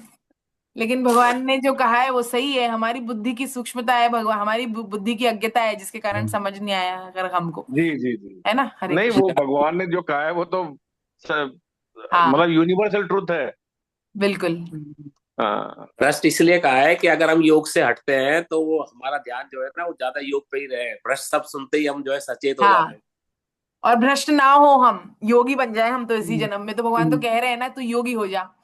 तो जो अर्जुन को कह रहे हैं ना, वो हमको ही कह रहे हैं। हम तो ये देखकर योगी हो जाएं, निष्काम कर्मी योगी। हरे कृष्णा। बहुत सुंदर प्रश्न। हरे अगली कृष्ण अगली क्लास में थोड़ा क्वेश्चन आंसर नहीं ले लें उसके, जो आपने 14 5 हाँ पूछिए ना, क्या क्वेश्चन आंसर्स हैं। नहीं जो आप वो देते असाइनमेंट उस पर थोड़ा डिस्कस नहीं कर लें पेपर हाँ पे। कर लीजिए। कौन सा 5वें असाइनमेंट में किसी को कोई प्रश्न है क्या? छठा तो मैं आप भेजूंगी। हाँ, चौथा 5वां 6ठा तीनों में थोड़ा सा एक बार कर ले तो 3 तक तो कर चुके थे अगर। अच्छा 3 तक कर चुके थे, तो चौथा खोलूं क्या? आप पढ़िए, नहीं तो कोई और प्रश्न हो तो मेरे को तो देख ढूंढना पड़ेगा उसको। हाँ नहीं, वो अगली बार कर लेंगे, अगले उसमें मैं ही कह रहा हूँ, अगले। हाँ, अगले अगले इसमें कर लेंगे। अच्छा, मेरा एक और निवेदन है कि चौथे, पांचवें, छठे अध्याय में यदि किसी का कोई प्रश्न रहता है ना, जिसमें हमारी बुद्धि अटक रही है, कहीं हमें समझ नहीं आ रहा कि दो ऑप्शंस एक जैसे दिख रहे हैं लेकिन हमारा एक ऑप्शन सही निकल रहा है उसमें, तो फिर वो उसकी चर्चा हम क्लास में कर सकते हैं, और नोट करके रखिए कुछ कुछ प्रश्न, है ना। जी हाँ, फिर हम वही कह कर रहा लेंगे। हाँ बिल्कुल कर लेंगे, अगले क्लास में हम जरूर उसकी चर्चा करेंगे। छठा अध्याय का मैं आपको असाइनमेंट अभी भेज रही हूँ, आप लोग कर लीजिएगा उसको। हरे कृष्णा। जी अगली जी, क्लास हरे में हम कृष्ण। मिलते हैं। प्रणाम आप सबको, प्रणाम, हरे कृष्णा। था।